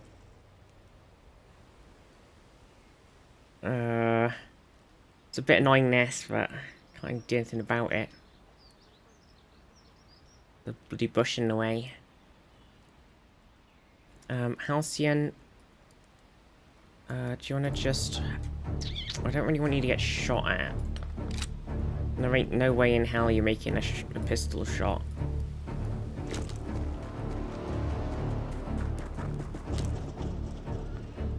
Okay. I mean, you never know what would happen. Careful. Oh my gosh, civilians, please. Be careful.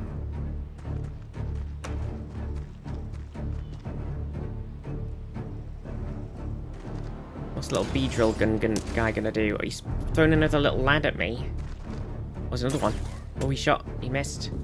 And then there's one coming out of the UFO, and then going back in the UFO. Okay, this guy's on. He's bleeding to death. I don't know if we can stun a bleeding to death guy then, because he might just bleed to death. It's an interesting question.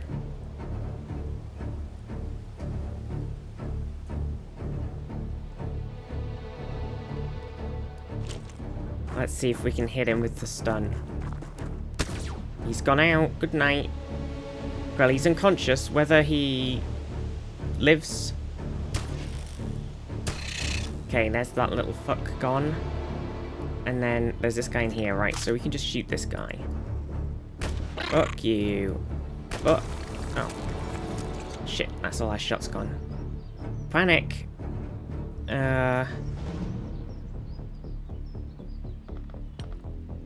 We can do a little shit snapshot on him. Carried in. Oh my god. Okay, that didn't hit. I don't really know how else we can shoot this guy. Because Ben is not going to be in range. So... I guess they live. Or we could try and shoot the wall out. So if Dunny shoots the wall... then Ben takes the shot. It might still have... Or is it better to do it the other way around?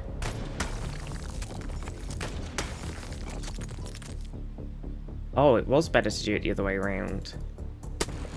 Yes, teamwork. Goodbye, Mr. Wall. Goodbye, Mr. Bad Guy. Beautiful. Beautiful work. Hey, Zaf, continue on your little scouting operation. You never know who might be lurking in the mists.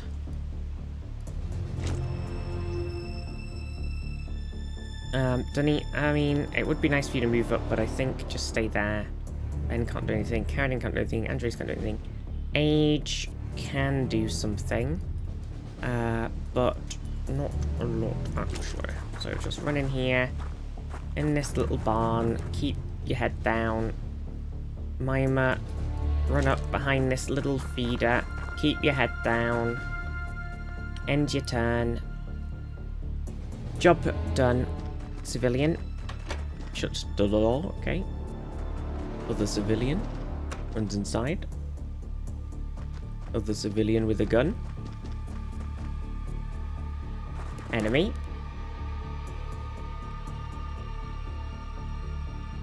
Okay. So Zeph, how are you feeling about shooting this guy who's out your range? Not great, apparently. How much do we need to shoot? 51. Can't do a lot of movement then, can we?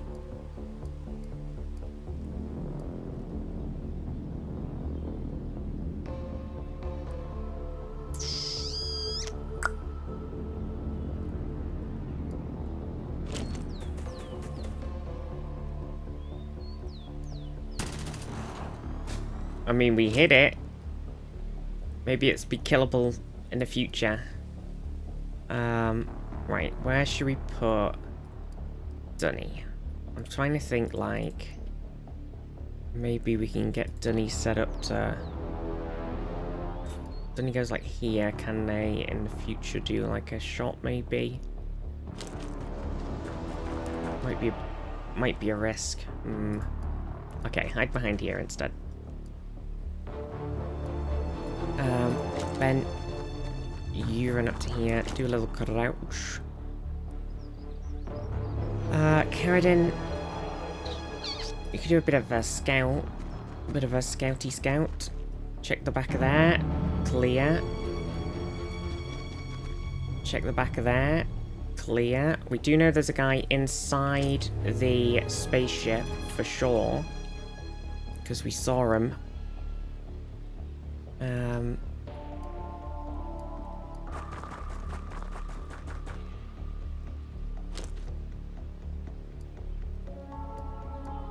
Okay, I'll have those two flank that way. I don't know if we want to... I will almost certainly open the door and take a shot at us. That's my only concern. If we're behind this cover, then at least it's better cover. And then Andres can't do a lot of moving up here, so I guess you're just gonna have to take cover behind this burl. Okay. My name is Burl. I thought he was gonna just stand behind Carradine. Okay, he's gone up into the position that I was thinking about doing. Oh. There he goes. Door open. Door. Oh, took a shot. Took a shot. Oh, civilian is dead. Oh, he dead. Okay, so this guy ran off somewhere this way. Didn't fully see where he went. It's not great.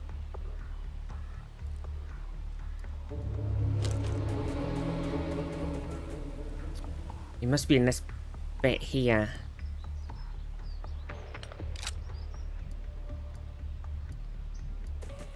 There he is. Okay. Zaf's out of range with the pistol. So I think... just duck and cover. And maybe Dunny can line something up. We could get a 40% shot. Oh, huge, Dunny! Huge! Huge fucking snipperino. What a gamer. What a freaking gamer. Okay, okay, okay. Who has an explosive charge? I think not really a lot of people do, actually, because I kind of... Okay, Mima does. But a bit far back.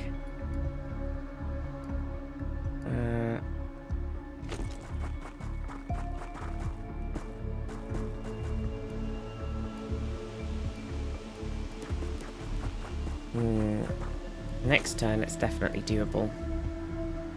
Okay, what's Halcyon's shotgun? Ah, sudden horrible head pain spike. Holy shit. Stop it. I'm not even, like, doing any bad neck things. Oh my god, it's not going away. Fuck's sakes, head. Okay, so they should be able to overwatch. Carradine. Oh, you can't jump over the wall. That's a bit annoying. My head chat.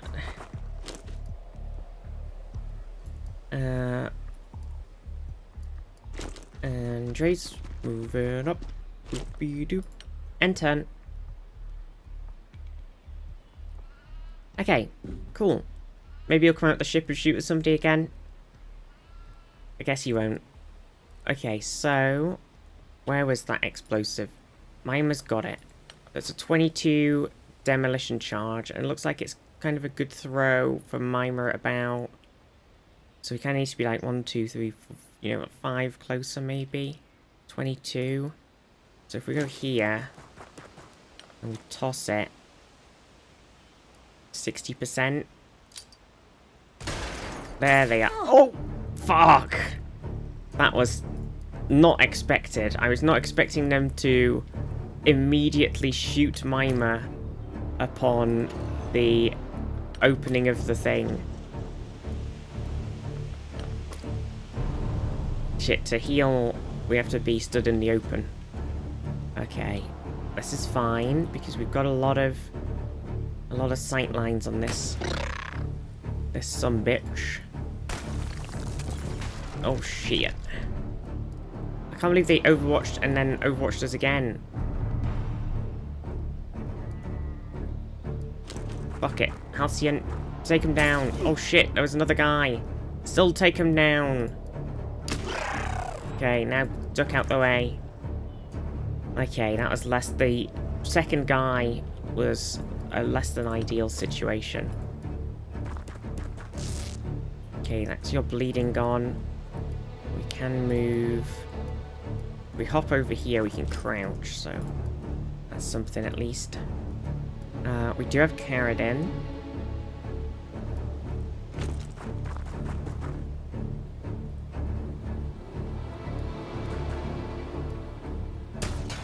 Okay, not great.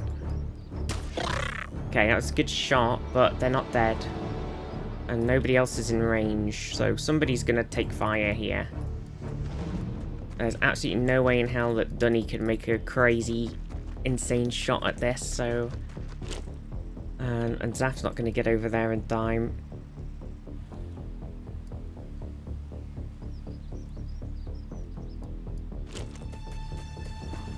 What we should do, make sure, just do a double check. Make sure there's nobody behind that little bit. Oh shit.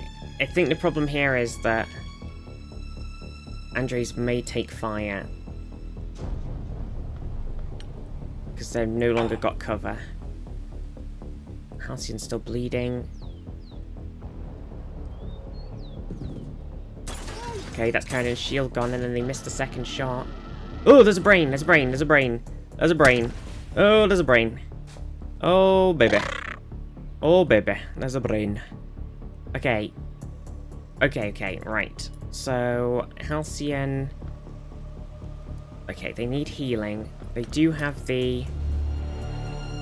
This is tricky because they have the... stun gun, and I'm kind of thinking like maybe we can potentially maybe stun gun the brain. Finally some intelligent life. Damn.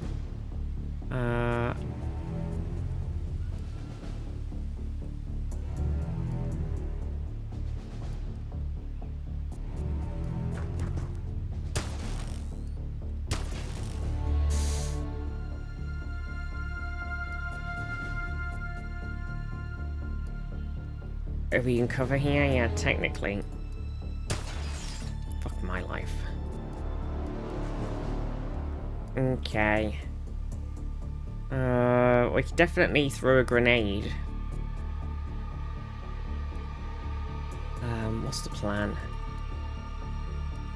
There's no way Dunny's going to be able to get into position to make a shot this turn. We put them here. Right. Next turn, they can. Zephyr's also, you know, like, on their way.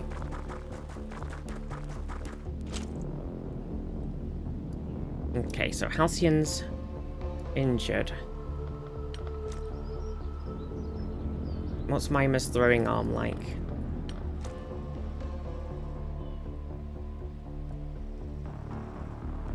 Not the best.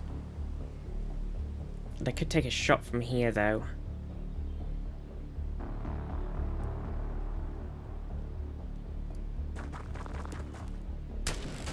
Come on!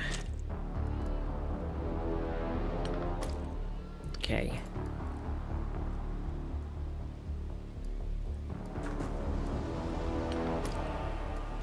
Okay. We're gonna do a little age in the middle of nowhere, heal up, Halcyon maneuver. And then if we do this.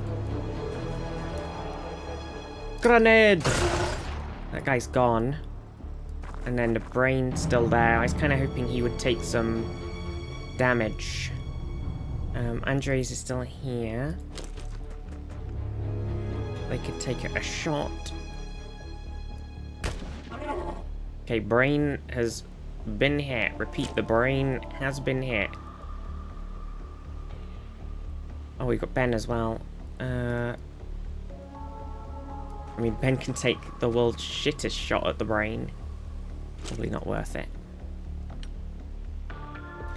Okay, what's the brain gonna do? I was kind of hoping we could capture the brain. Oh my god, Carradine. Okay, Carradine's just gotta get the fuck out or dodge.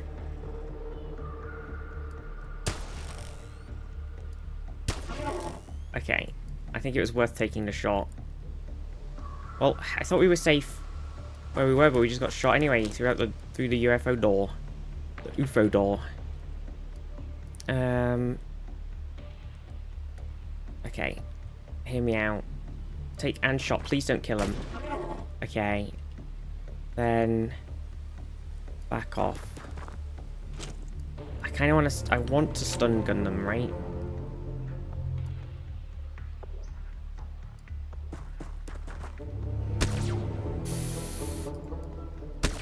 Yes, we got the brain. Yes, yes, we captured the brain. We captured the brain. That's good news. Mission complete. Brain get. Oh shit. Nice, nice. I do like the stun guns. You do have to get quite close to use them, even still, but they're a good one. Unfortunately, Carradine took a lot of hit there at the end, so they've been wounded. Now they've got another thing, so they've got an award for bravery, a golden star. So they've killed 5 hostiles. They get +1 to all attributes. And we've got a crimson heart, +1 to all attributes. And an award for bravery, +1 to all attributes. So Carradine, very awarded, right? Mima's also got some. Dunny's got some for doing a lot of killing. Dunny's leveled up, and so's Halcyon. But yeah, a lot of wounds. But we did capture a Mentarch and a Mantid in that mission, so I think that was pretty pog. Right, we're still doing aerial warfare, but we did just unlock Observation Mantid, Observation Mentarch, and Elenium Power. I think we carry on. And a symbiote, that was what the little guys they were shooting at, so it's a little symbiote. Those little bastards. I assume it's going to tell us all this, and there it is. Okay, Elenium is a yellow crystalline material that sits at the heart of most recovered alien devices. It seems to act like a futuristic battery, storing power at an astonishing level of energy density. A small sample of Elenium holds more energy than hundreds of liters of fuel at a fraction of the weight. Yet Elenium is also incredibly stable. It emits no heat or harmful radiation, and though brittle, it releases no energy when fractured. Indeed, the glow that emanates from its surface, do you want to go out? Is the only hint at the vast power locked within. Such a substance could be transformative for human technology. Oof, smelly fart, cat. Jeez Louise. A smelly bum. Come on. Alright, hang on, chat. Let me just take the cat. Let me just take the cats and put them outside. Come on, Chuchi. You come in. Let me scoop ya. Wee.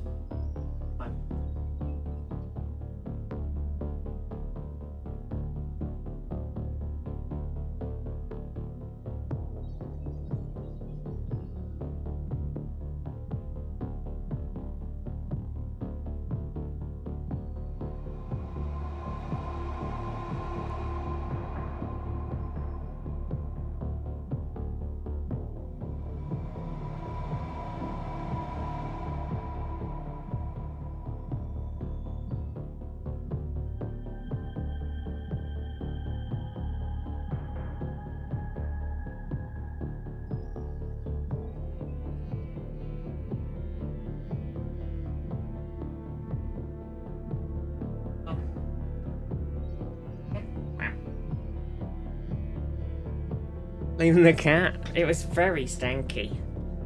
A very stanky fart. Such a substantive. Oh, sorry, God Christ, I can't read. Such a substance could be transformative for human technology. Indeed, many previous far-fetched ideas, e.g. handheld laser weapons, already seem rather more feasible. However, copious amounts of Elenium will be required to make them a reality. Manufacturing it lies well beyond our capabilities. Instead, you must liberate what we need from our fallen foes. And here's the symbiote. Limited lifespan 3 turns, crushable. The symbiote is a small insectoid alien organism which our enemies usually deploy into combat via a handheld biolauncher. Genetic testing implies that symbiotes are closely related to mantids, although their anatomy is far simpler than their larger cousins. Indeed, it is best to simply consider these creatures living alien weapons. They have an extremely short lifespans and will expire mere minutes after hatching into the world. One suspects symbiotes may have originally evolved as a form of social predatory beetle, perhaps using their large mandibles to trap prey while the rest of the pack tear it apart. In combat, these vicious mandibles and wickedly sharp limbs now allow symbiotes to quickly eviscerate unarmored humans, while at their small size and surprising agility can make them rather difficult to hit. However, despite an unexpectedly robust chitinous shell, these creatures still remain much easier to kill than larger alien units. Nonetheless, their military utility is clear. Whether or not the biolauncher hits its intended target, the barbed projectiles being dangerous in their own right, the victim immediately has to deal with a hostile creature frenziedly biting at their legs. Battlefield reports suggest this can be extremely distracting. The best method of dealing with symbiotes can vary on the circumstances. Individual creatures can quickly be dealt with by fast-firing weapons such as pistols, whereas packs can be cleared using grenades. Alternatively, vehicles such as Mars can simply crush nearby symbiotes under their treads. Lives for 3 turns, so how, or could you catch one alive? I assume that maybe you could just, I don't know actually, I guess. If you knock one out, maybe it's okay and you can just keep it. I don't know how it works within the game. And then that was the UFO. Scout is a small UFO that measures approximately 20 meters from nose to tail and carries only a handful of crew. Though highly advanced, it remains easy prey for our Angel interceptors. The first reason for this is poor maneuverability. The rear thruster array is extremely efficient ion drive, a form of propulsion that excels while traversing in a vacuum of space, lacks the raw thrust required to change direction quickly in atmosphere. And second is survivability. While the hardened skin of the vessel is impressively tough, it is less than a meter thick, nowhere near enough to withstand modern munitions. Indeed, one suspects this armor may be no more than a heat shield intended to protect the vessel during planetary approach. Additionally, while the energy-mounted weapon on the Scout is reasonably effective, it does not appear to be designed specifically for combat. It's fitted with a variety of different beam emitters, few of which seems to have any obvious military application. Like maybe for diggy hole, you know? Indeed, the real problem is such weapons tend to generate a powerful EMP effect when discharged into atmosphere. Humanity's most advanced fighter jets are thus worthless against alien vessels, with the whole squadron liable to simply fall from the sky with their electronics fried should they even attempt to approach one. Therefore, one therefore suspects the Scout is primarily a scientific vessel, designed under the assumption that that human aircraft pose little threat. Miscalculation, given the primitive vacuum tube avionics on our interceptors are not susceptible to EMP. Dun dun dun. And then we got the research that we looked at, so all Gucci. Whew. Okay, we are about to get more stuff. Engineers at Dragon Base completed work on the accelerated rifle. Excellent. And then we got the cannon in there and the Warden armor. Probably gonna need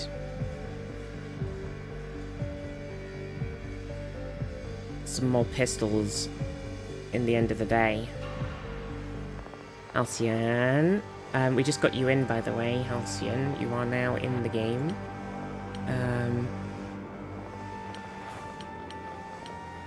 Yeah, we can't make another plane because they're really expensive.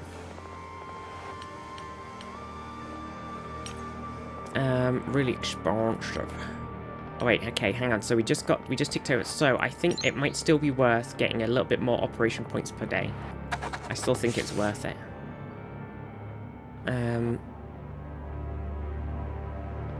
think it's a good investment, early investment. Oh gosh. What time is it then? It's 3 o'clock, 4 hours into stream. God, I feel a bit funky. I had a weird neck pain thing, and now I'm feeling a bit like there's a migraine coming on. It's weird because I wasn't even like doing. Normally, I find myself going like this and like really sort of, and I'll like leaning forward a lot, like doing like this. But I wasn't really doing that. I was kind of sat pretty straight normally, and yet I still got a funky hedge. Damn it. How are we doing on this lab? 9 days. I wonder if it's worth. Oh, I don't know how much it costs though. We need another generator really. I know we got that tech that we're going to unlock. Another generator is going to cost a lot of money, and another workshop going to cost a shitload. Okay. Damn. We're poor.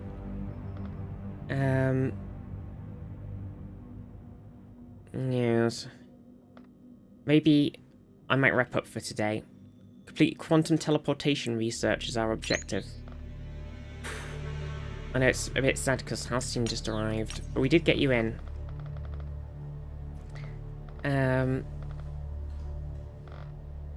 You were on that mission actually, and you just took some damage. Who have we got in here then? So we've got Sergeant Zaff, Sergeant Smack, Private Sandbard Rusk, Corporal Pseudopop, Sergeant Major Nath, Private Mimer, Corporal Mundy Marmot and Halcyon, Sergeant Major Dunny Carradine, Sergeant Devil, Sergeant Darius, Corporal Ben, Private Center, Private Antichrist, Sergeant Major Andres, Corporal Age, Sergeant Major Accident, and Sergeant Abyssal. Close look, yeah, on that mission at least.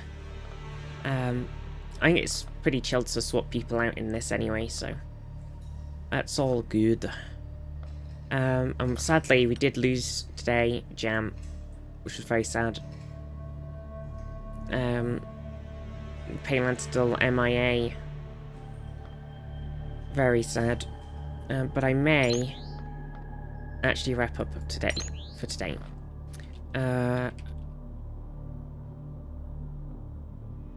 Because I'm feeling a little bit headachy. Boop. Bam. Bit shorter, really, on the old Xenonauts front. We did nearly 3 hours of Xenonauts. We did some good alien killing. We did. It was good. You know, we only lost Jam, which is good. We got a lot of captures in there, which was pretty nice. The capturing of people, very handy. We managed to get down and grab a UFO. So I think we're kind of doing it. Kind of getting there.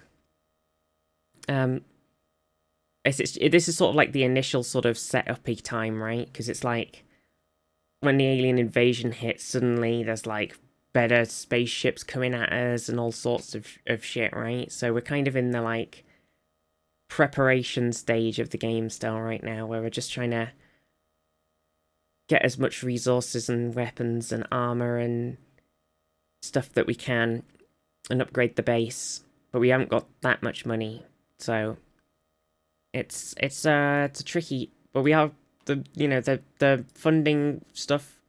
It's not super far away, so we will get some more money, and then we'll be able to maybe make some more stuff.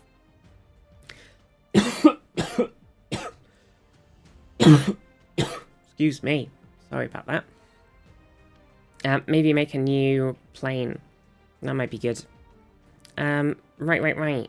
So, who's streaming? A lot of streamers. I think I'm gonna raid G. God, stupid headache. I've been alright, mostly. Well, it kind of comes on randomly, I suppose. But I felt good yesterday. Stupid head. I got a headache when I went to bed. And then when I got up this morning, I felt fine, so I was like, good. And now I did the stream, and then I was this, like, really weird, like, pain in the back of my neck. No. I'm in headache land. Can't win. Go and do some exercise. Cool. Thank you, everybody. Love you all. Back tomorrow. We're just gonna do some chill, like quizzy geo whatever time tomorrow.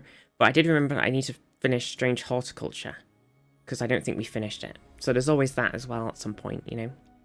And then some more Xenonauts on Saturday, so don't miss out. And also, I guess it depends. I'll see how my headache is, but I plan to do some Star Trek watch party on the Discord later.